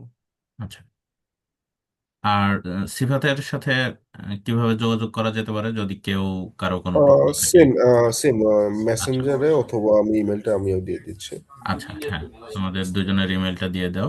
হ্যাঁ, যদি আপনাদের কারো কোনো প্রশ্ন থেকে থাকে, যে প্রশ্নগুলো হয়তো এখানে জিজ্ঞেস করতে পারেননি, বা প্রশ্নগুলো হয়তো বা শেয়ার করতে পারছেন না, আপনারা চাইলে সাখাওয়াতের সঙ্গে বা সিফাতের সঙ্গে মেসেঞ্জারে যোগাযোগ করতে পারেন অথবা ইমেইলে যোগাযোগ করতে পারেন।